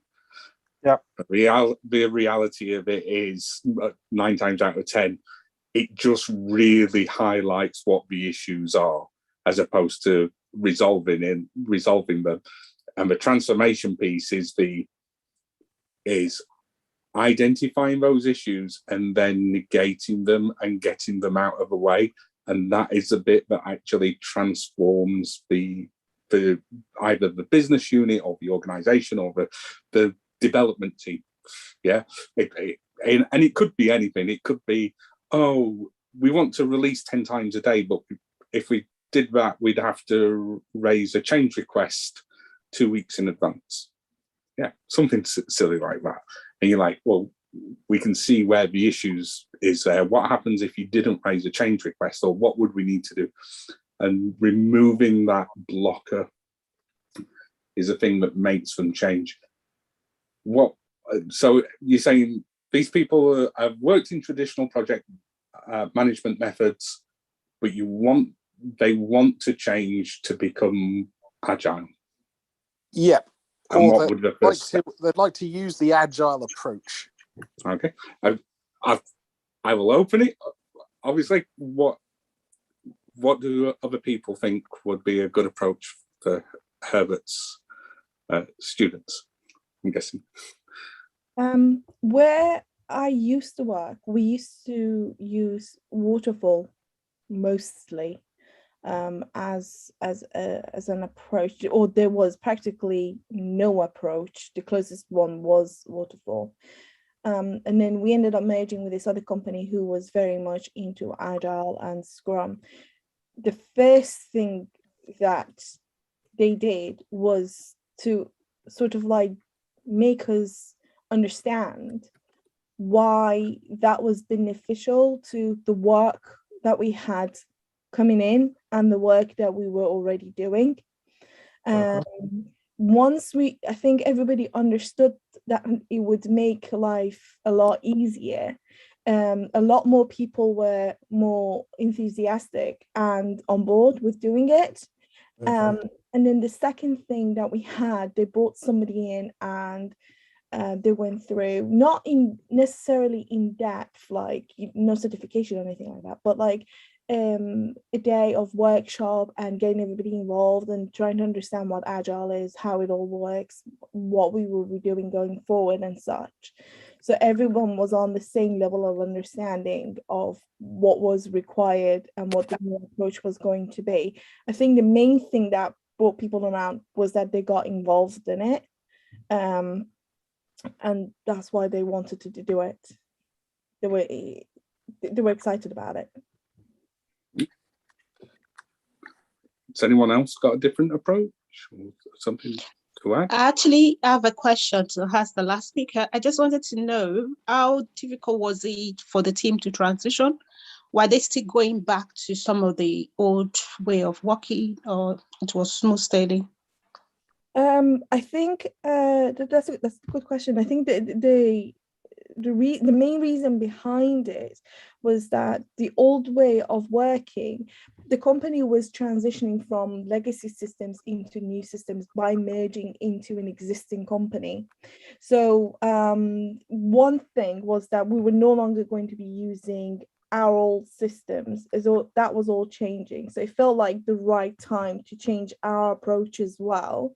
And I think the second thing was that it wasn't working. It wasn't very clear of who was doing what. I mean, there was a lot of mess, a lot of not understanding where everybody was up to. And this gave it a bit of a structure and sort of like a clear-cut understanding of what is what, basically. And that was a massive help.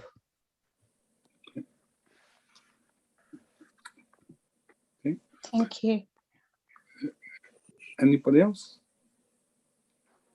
One thing I've done with this is something I normally do with a new team, or I think last time I ran it was just before Christmas, and it was with a group of new joiners to our organisation, and it's run an exercise. There's multiple versions of these exercises. We did the paper plane exercise. I don't know if people are familiar with that. It essentially, you split people into teams and you ask them to make paper aeroplanes, and they've got to make it to a certain specification, and they've got to put design on it, and they build it in sort of a, you let them do it however they want to begin with, yeah, and they throw it, and you give them points for how many planes they've managed to build and how far they went.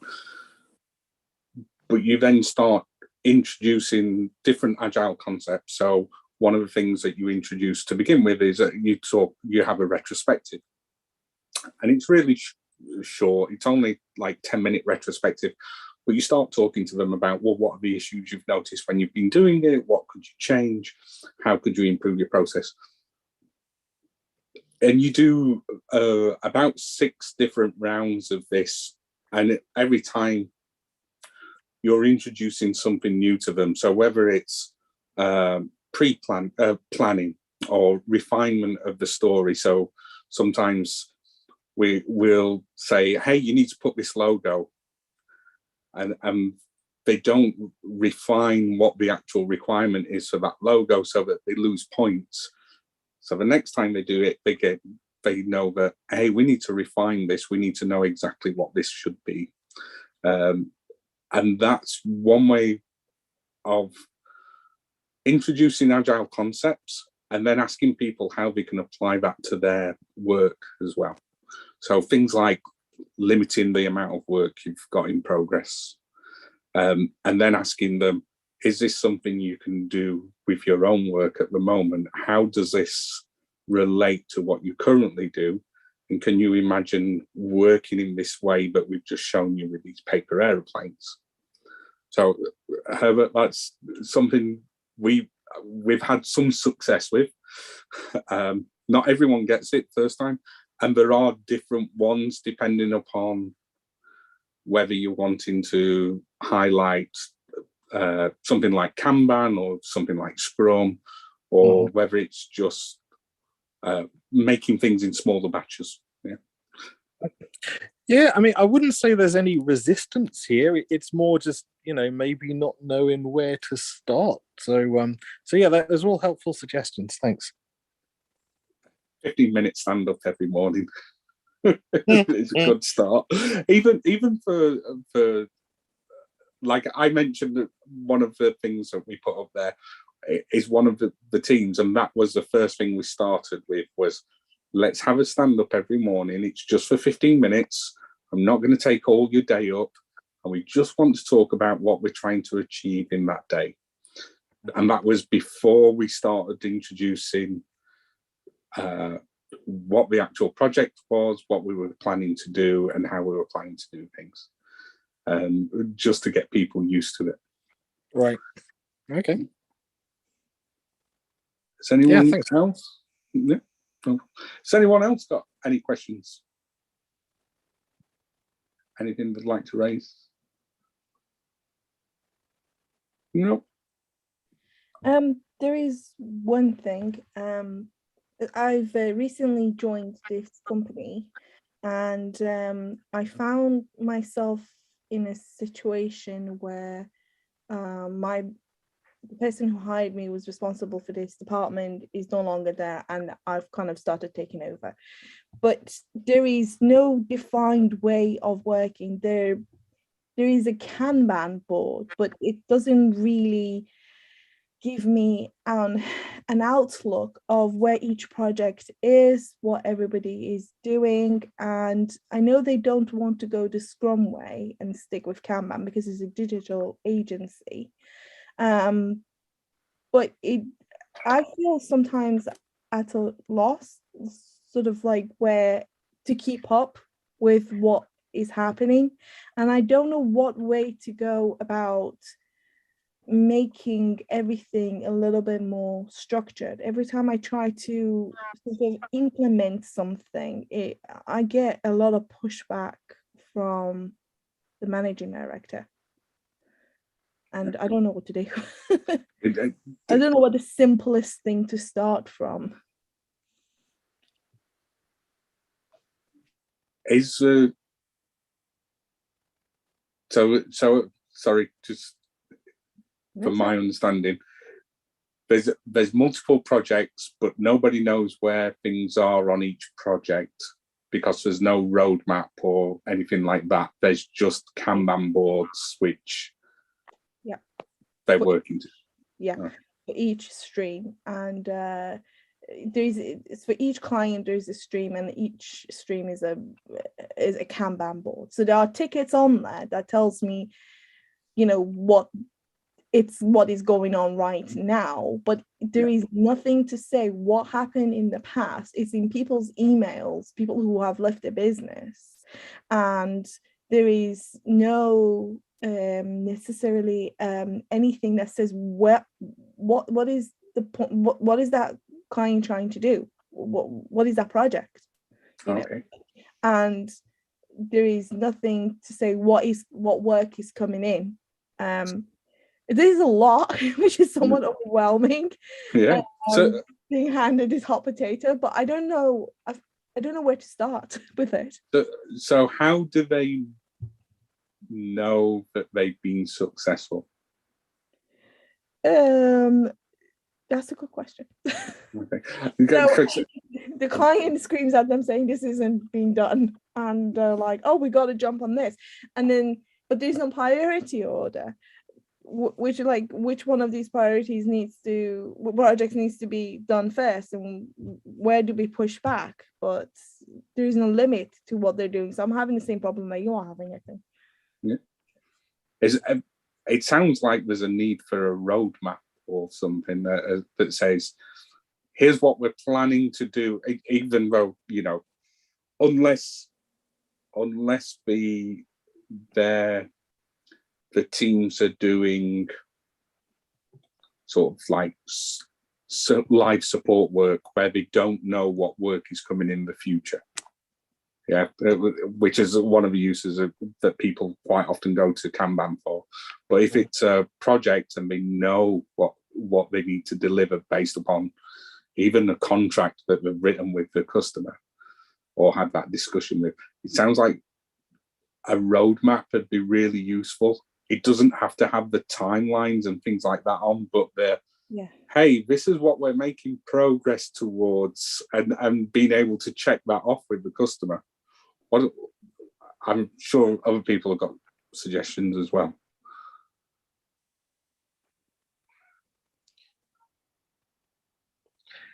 My question would be, what does the managing director think you're trying to do? Change. I think the idea behind it is that too much, the things that I suggested, and not necessarily we should do every single one of them, but I think there is a fear of change.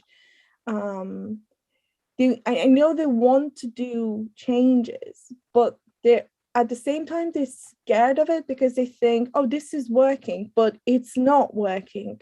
I don't understand how anyone thinks this is working. It's like a spider web. It doesn't make sense. So that seems to be the thing then, because people never really fear change. It's more the consequences, as in, like, what do they think they're losing compared to what they're gaining?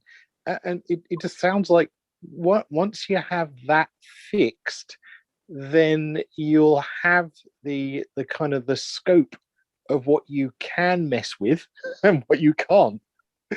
And you'll have the managing director behind you. It just seems like until you have a shared vision of what needs fiddling with, you'll always be fighting a war on two fronts.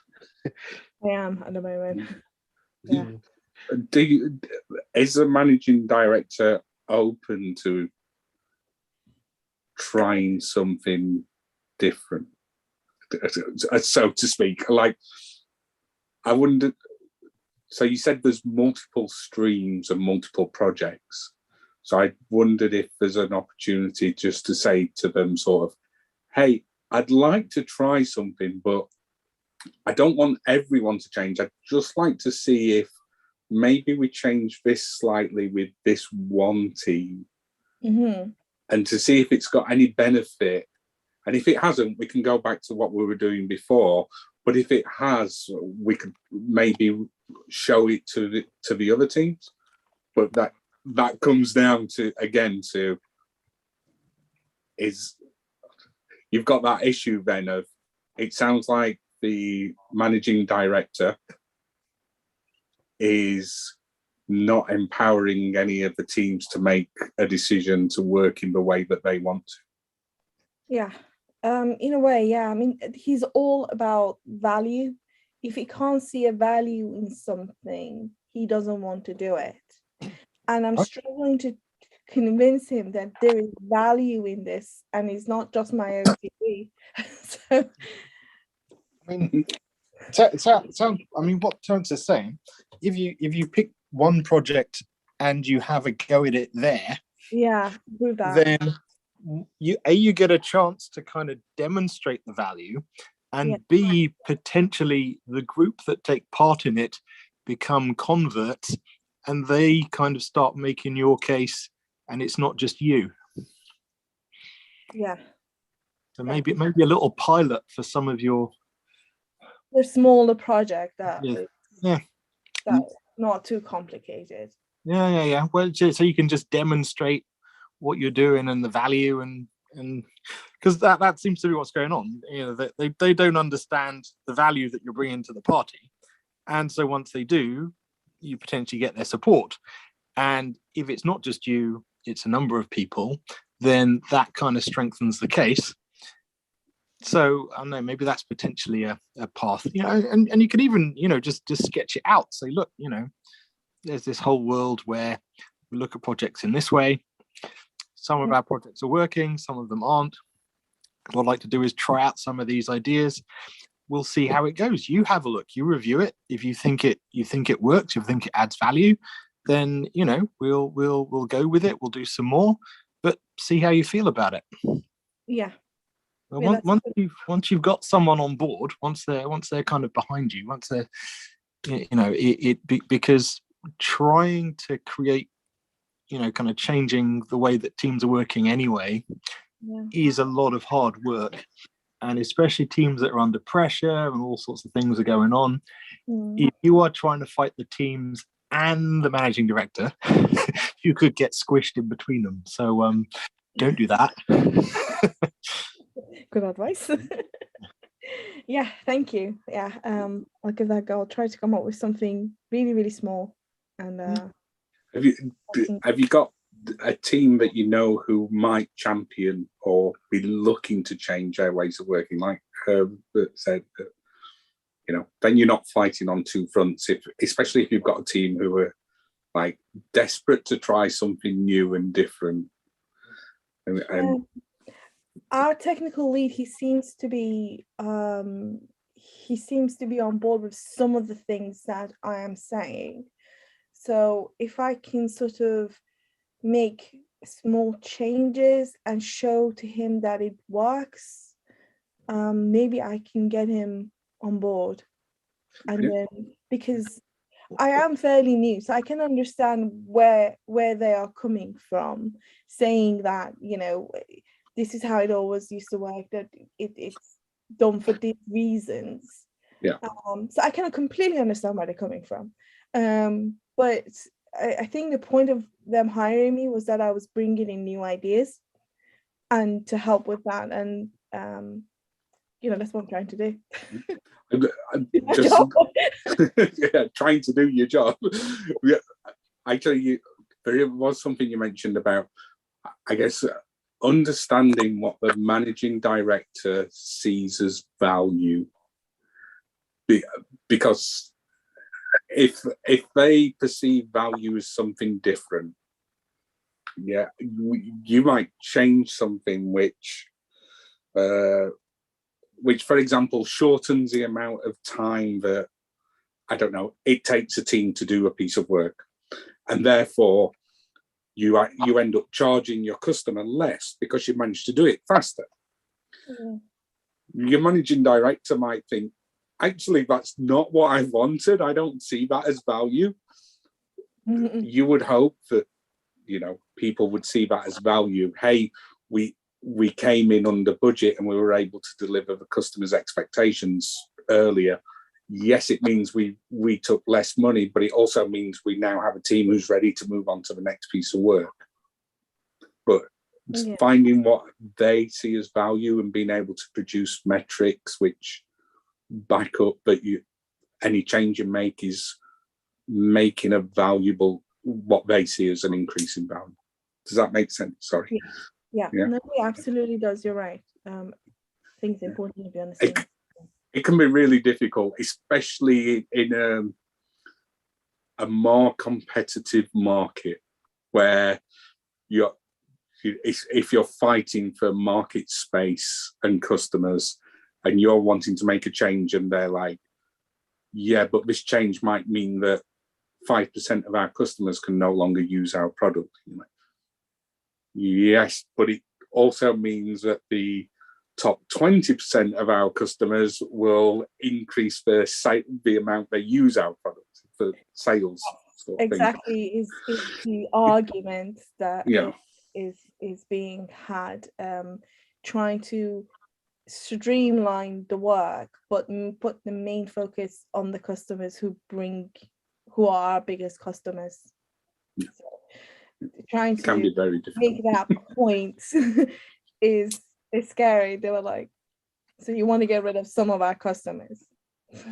Yeah, I mean, it's worth you the duck rat effect, where you're seeing efficiency and they're seeing resilience, or the other way round. So things that you think it's important to deliver, and things that they think it's important, sometimes just as an intrinsic quality of the team, kind of rub up against each other. But I mean, ultimately, if you understand what it is they're trying to do, you can kind of tailor and optimize for that. It's just a case about having that articulated. It comes across as, we don't want to change anything. But actually, once you understand what it is they're trying to make the most of, then I'm pretty sure you can kind of make a case, and you can make some interventions that show that can be delivered. One thing I was going to say, always look for allies. So you're new. There might well be other people who are new, or there might well be other people who have heard about some of these ideas and would like to try something different. There might be people who've come from a different company or a different sector where they do things kind of differently. I've never seen a company or a situation where everybody is entirely happy with how things are working and wouldn't kind of value having a little try at something else. Maybe it's someone who thinks that they could be a team leader but currently aren't. Maybe it's someone who's, maybe looking to kind of move into the wider world and can see value in having some of these ideas so they could talk about them somewhere else. But do be aware of your allies, because I'm sure it's not just you. And if possible, your best ally would probably be the managing director. If you can bring that, can get him on board, that'll be amazing. Bring that.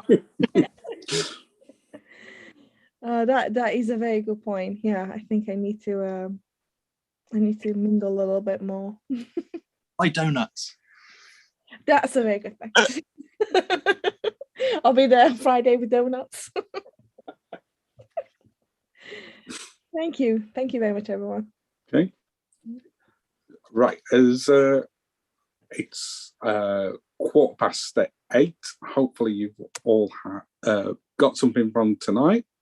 I will I'll just share my screen, hopefully. It starts to broadcast. There we go. I will switch to my, well, I would switch to it. There it is. So what are we doing the second Tuesday next month? It will be the 8th of February, and we will be having a talk by Gemma Daly, why you need to care about product thinking. So there should be some good information in there. Obviously, you can find myself or Prem on LinkedIn. If you've got any feedback, if you just want to connect, if you want to ask any questions about the meetup, things like that, can also email telford.agile@gmail.com or leave a message in the Meetup app or on any of the LinkedIn posts. This Meetup is sponsored by Capgemini. When we used to meet in person, they did provide pizza and things. I still haven't been able to find a way to be able to order a pizza to everyone's house, but we'll work on that. They do have a number of roles available at the moment. Scrum Masters, obviously, product managers, BAs. If you know someone who might be interested, that's just a small sample of the roles. There's a website there, or you can just drop me an email and I'll try and find the right application for you. Okay. And that's it. Thank you very much, everyone. I hope you all had a great time. I've definitely got a couple of solutions for some issues that I've been encountered. Hope some of you have got some solutions and suggestions for issues that you might be encountering as well. Okay, thanks everyone. Okay, thanks so much. Okay, cheers. Thank you very much. See you next time. Bye. Bye. Sorry, Yep. are you still there? Yeah, I'm still here. Sorry, yeah, I've got my phone through the Wi-Fi now, so it's a bit better. Okay. Yeah, so thanks, Matt Spruce. Yeah, he used to be my boss. Actually, I worked with him for 3 years previously, and I know that he now works for Capgemini. I believe he's doing quite well. Yeah. He posts quite often on LinkedIn, and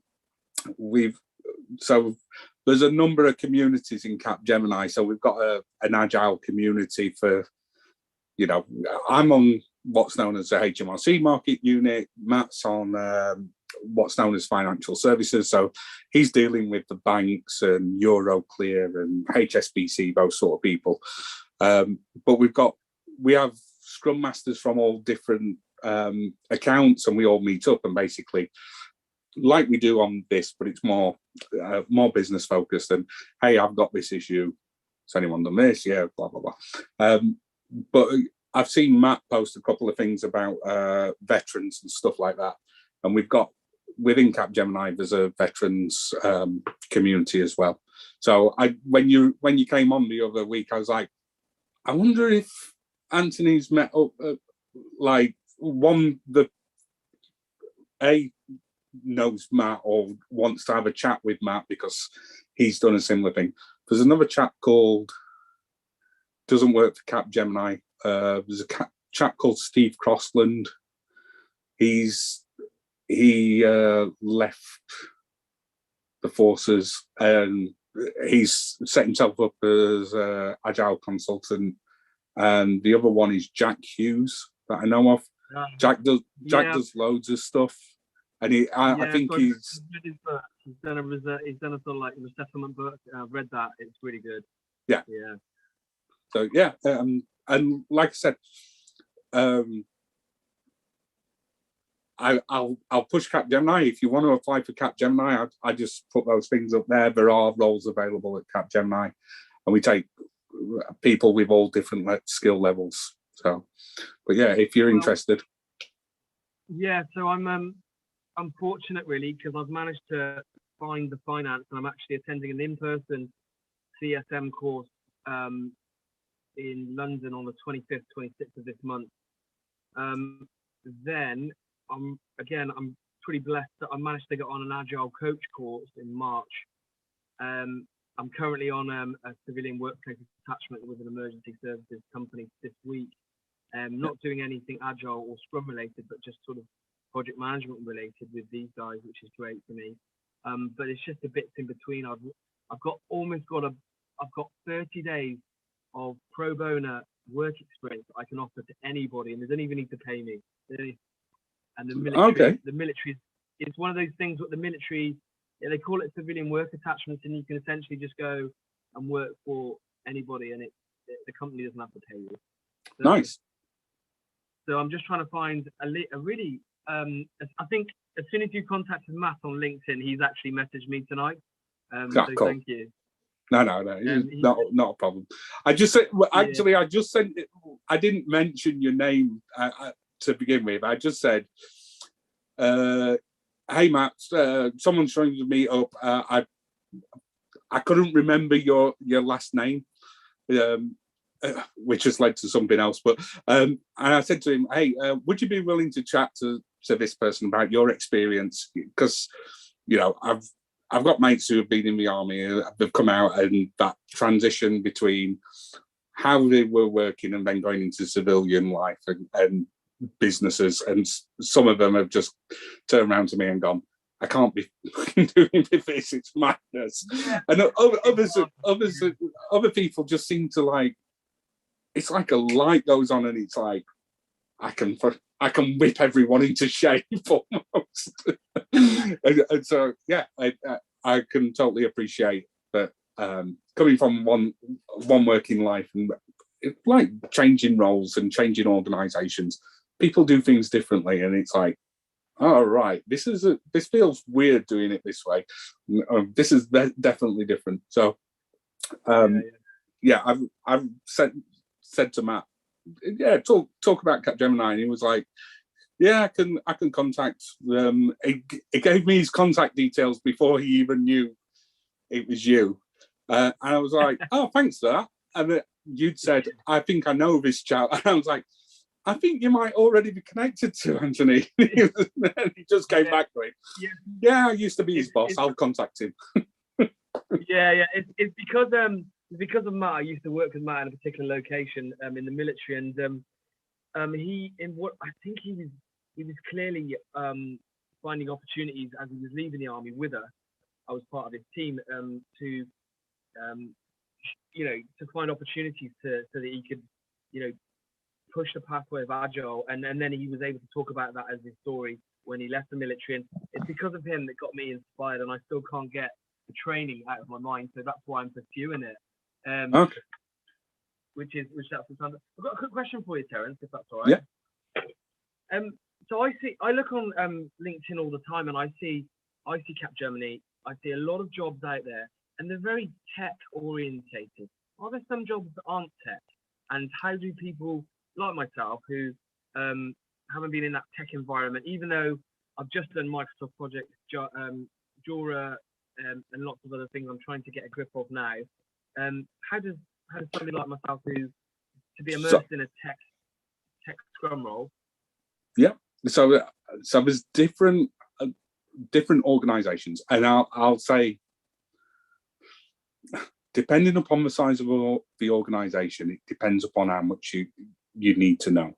Yeah. So if you're joining a really small startup, they tend to want people who are, they'll be, hey, we need you to have had software development experience. We need you to have been a programmer or a tester, and you need to understand this, this, and this. Yeah.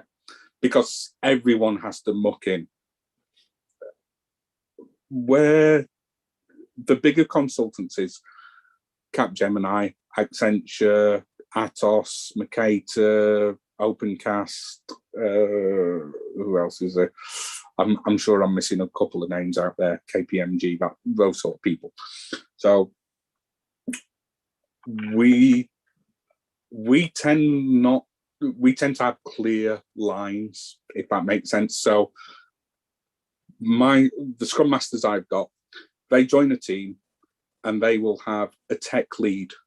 And the tech lead is a person who makes all the technical decisions for that team. Yeah. So you're not expected to be going, well, you've used the wrong Java class there, or you've done that, or oh, you've done this bit. They do expect you to start to understand the software delivery lifecycle. Yeah, and you can look that there's loads of YouTube, Wikipedia sort of stuff. So you don't need to know a lot of tech. There's two types of Scrum Masters, though, there's multiple types, but I'll generalize. There are some Scrum Masters who want to be 100% totally involved in everything the team does, and they feel that they have the need to learn everything, the tech stuff. How does AWS work? What's Azure? How does this connect to that? And there's nothing wrong with that, but when you're first starting as a Scrum Master, we have grad students who are Scrum Masters, and I always sort of say to them, forget that stuff, because if you invest all your time learning that tech, especially with someone like Capgemini, you might be learning SAP, and then a year later they might move you, or you might request a move, or something might happen and you go for a promotion or something, and it's a totally different team who are doing totally different technology. So I've worked on DVLA for transportation. I know what it was written in. I know that some of the names of the technology that was used. I have very little understanding of how it worked, though. Yeah, but that didn't stop me being the Scrum Master for the team. Yeah, if the team have got a technical issue, I'm not there to remove that technical impediment as such. I'm there to help them find ways to remove it. So you're asking them questions more about, not technical questions, but what have you thought you can do? What do you think the next steps might be? Who have you asked about this issue? Those sort of questions. And that's been the same. I worked for Bet365. I didn't know any of the coding languages that they were using. I was totally off keyboard. I used to be a dev, so I've got a bit of an advantage because I can talk the same language. Yeah. But even then, there's, like I said, we've got graduates who have. I've had one person come in who used to be a primary school teacher, and the other chap the other chap who's currently on the team, he used to be a recruiter. Yeah, so they don't know. They know how to use a computer, don't get me wrong, but technically wise, they've never gone, right, this is how to set up the government gateway and secure our authentication and stuff like that. You don't learn that stuff. Like I said, I say to my Scrum Masters, focus on learning Scrum and the Agile things and different techniques and the coaching and things like Kanban and metrics and all of those useful skills that are transferable no matter which team you go to. Some teams are doing project work, and some teams are doing discovery. So we have people who are in charge of teams who are not actually doing technical things. Yeah, they're user researchers. So they're going out and they're asking the general public, hey, if you were to submit your taxes, would you know what this word means? Or have a look at this screen and tell me what you see, what catches your eye, and did you understand what this said here? So we have people who are not managing, who are working with non-technical teams as well. So you don't need to know the tech, but it does come down, like you said, there's those job adverts where some people will say needs Java, React, or need to know SQL or something like that. But yeah. Do you know what? Thanks, Terence. That was really helpful. That's because I was looking at PlayStation, and I was thinking, geez, that would be fantastic. I'm getting a thread here that it sounds like are you the lead agilist then of Capgemini? No. I am definitely not that person. So what do? So officially, I look after the Scrum Masters who are based in, who are Capgemini Scrum Masters who are working for HMRC in their digital delivery centres, what they call them. Okay. So there's about 40, no, it's less than that now, about 35 of us. So, but we're part of a bigger sort of business unit within our account, where I think there's probably 60 Scrum Masters altogether.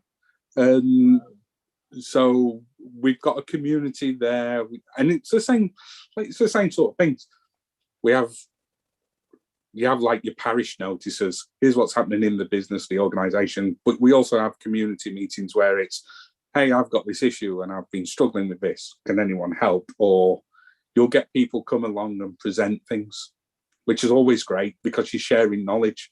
And either you're sharing knowledge to people or you're gaining knowledge, or just like this, like tonight I've gone, actually, that's a really good idea. Why I'm going to try that. to some of the things. The thing that one of the guys said was about piloting new ways of working, and also he made a sort of massive what I call as a mic drop comment whereby he said, why don't you get to know the direct? Why don't you become friendly with them so that then they understand your intent, and then vice versa, and then you can start working as a team. Teams on different levels, understanding mutual appreciation of each other's roles. I was making notes, and you know what? It's all human factors, isn't it? It's all teamwork and human factors. It is a lot of, like 90% of it. I have that bad 10%, which is around people not doing their work, not doing what the customers ask for them now and again, and going. You know, I was gonna jump in and say that, and I was thinking there's got to be, like you said, the 10%, and I think it's from my experience, it's got to be, you know, that human factors whereby you've got to work out what the combination is for that person, why they don't want to deliver. Have they got some issues going on in their private life? Because, you know, are they bringing it into the workspace? Do I need to speak to them privately and work out? And I don't mean that, obviously, you know my background. I don't mean that kind of, you know, to be direct with them, but just understand, how can I help you? How can I help you in your, you know, where you are? Do you need a bit more time off? Do you need to understand that are you going to take less of the post-it notes off the board today because you're under a bit of stress? I need to know that. So I need to know that privately so that I don't go, you need to take more post-it notes, for example. Yeah, and that's a great approach, and that's so. Without giving anything away, one of the interview questions we ask when we're interviewing people for CAP is, hey, you have someone who's coming to a daily stand-up, but they're not engaged with a daily stand-up. What do you do? And the answer, like from Capgemini point of view, is you look at the person's welfare first, yeah, because we're all people. Yes, we're a business, but we're all people. You want to know that team member's okay, because you've no idea what's going on in their lives. So exactly. Have that. Don't make anything of it during the stand-up. Give it an hour or so, and then just, you know, subtly go over and say, hey, do you want to come and grab a coffee? I'd like to have a chat if you've got time, and find out, is everything all right? I noticed that you weren't saying anything in the stand-up, and just seeing what's going on with people, like you said, that it is about, but I hate using that word, soft skills. It's people, interaction and communication and understanding, and having that empathy about okay, this person might be going through a difficult time. So no, they're not going to be performing like they did last year when they were knocking it out the park all the time. But you know, if we're here and we support them, give them the opportunities and make sure that we surround them and protect them, they'll get themselves potentially to a place where they're better and going, yeah, I can do that now. Or they might not. And that's okay, because this is really difficult, but not everyone drives the car at the same speed. Yeah. Totally. Yeah. And you know,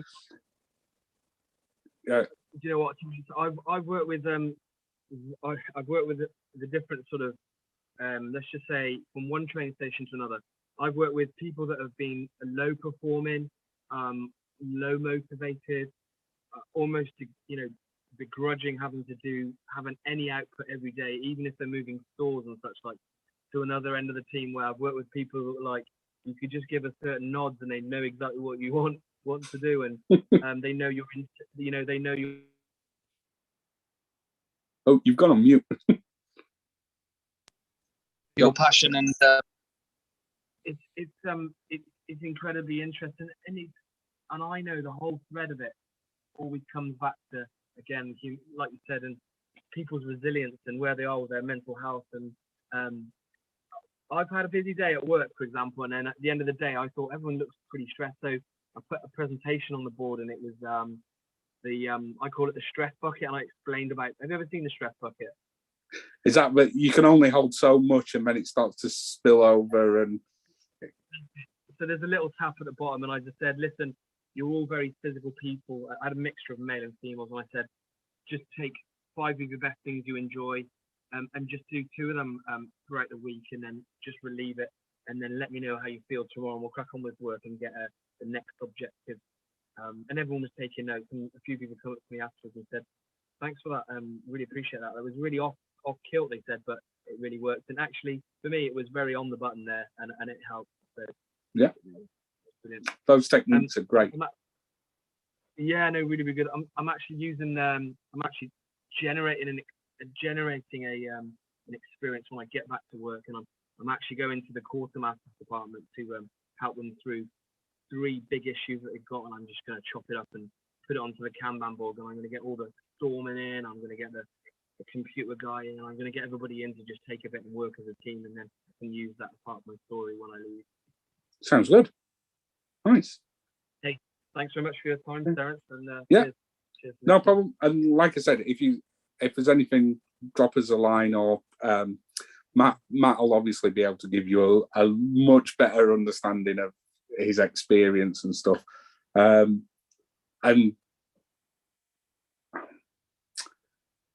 don't be scared of failure. You mentioned like the sorry, that comes across as patronizing. Sorry.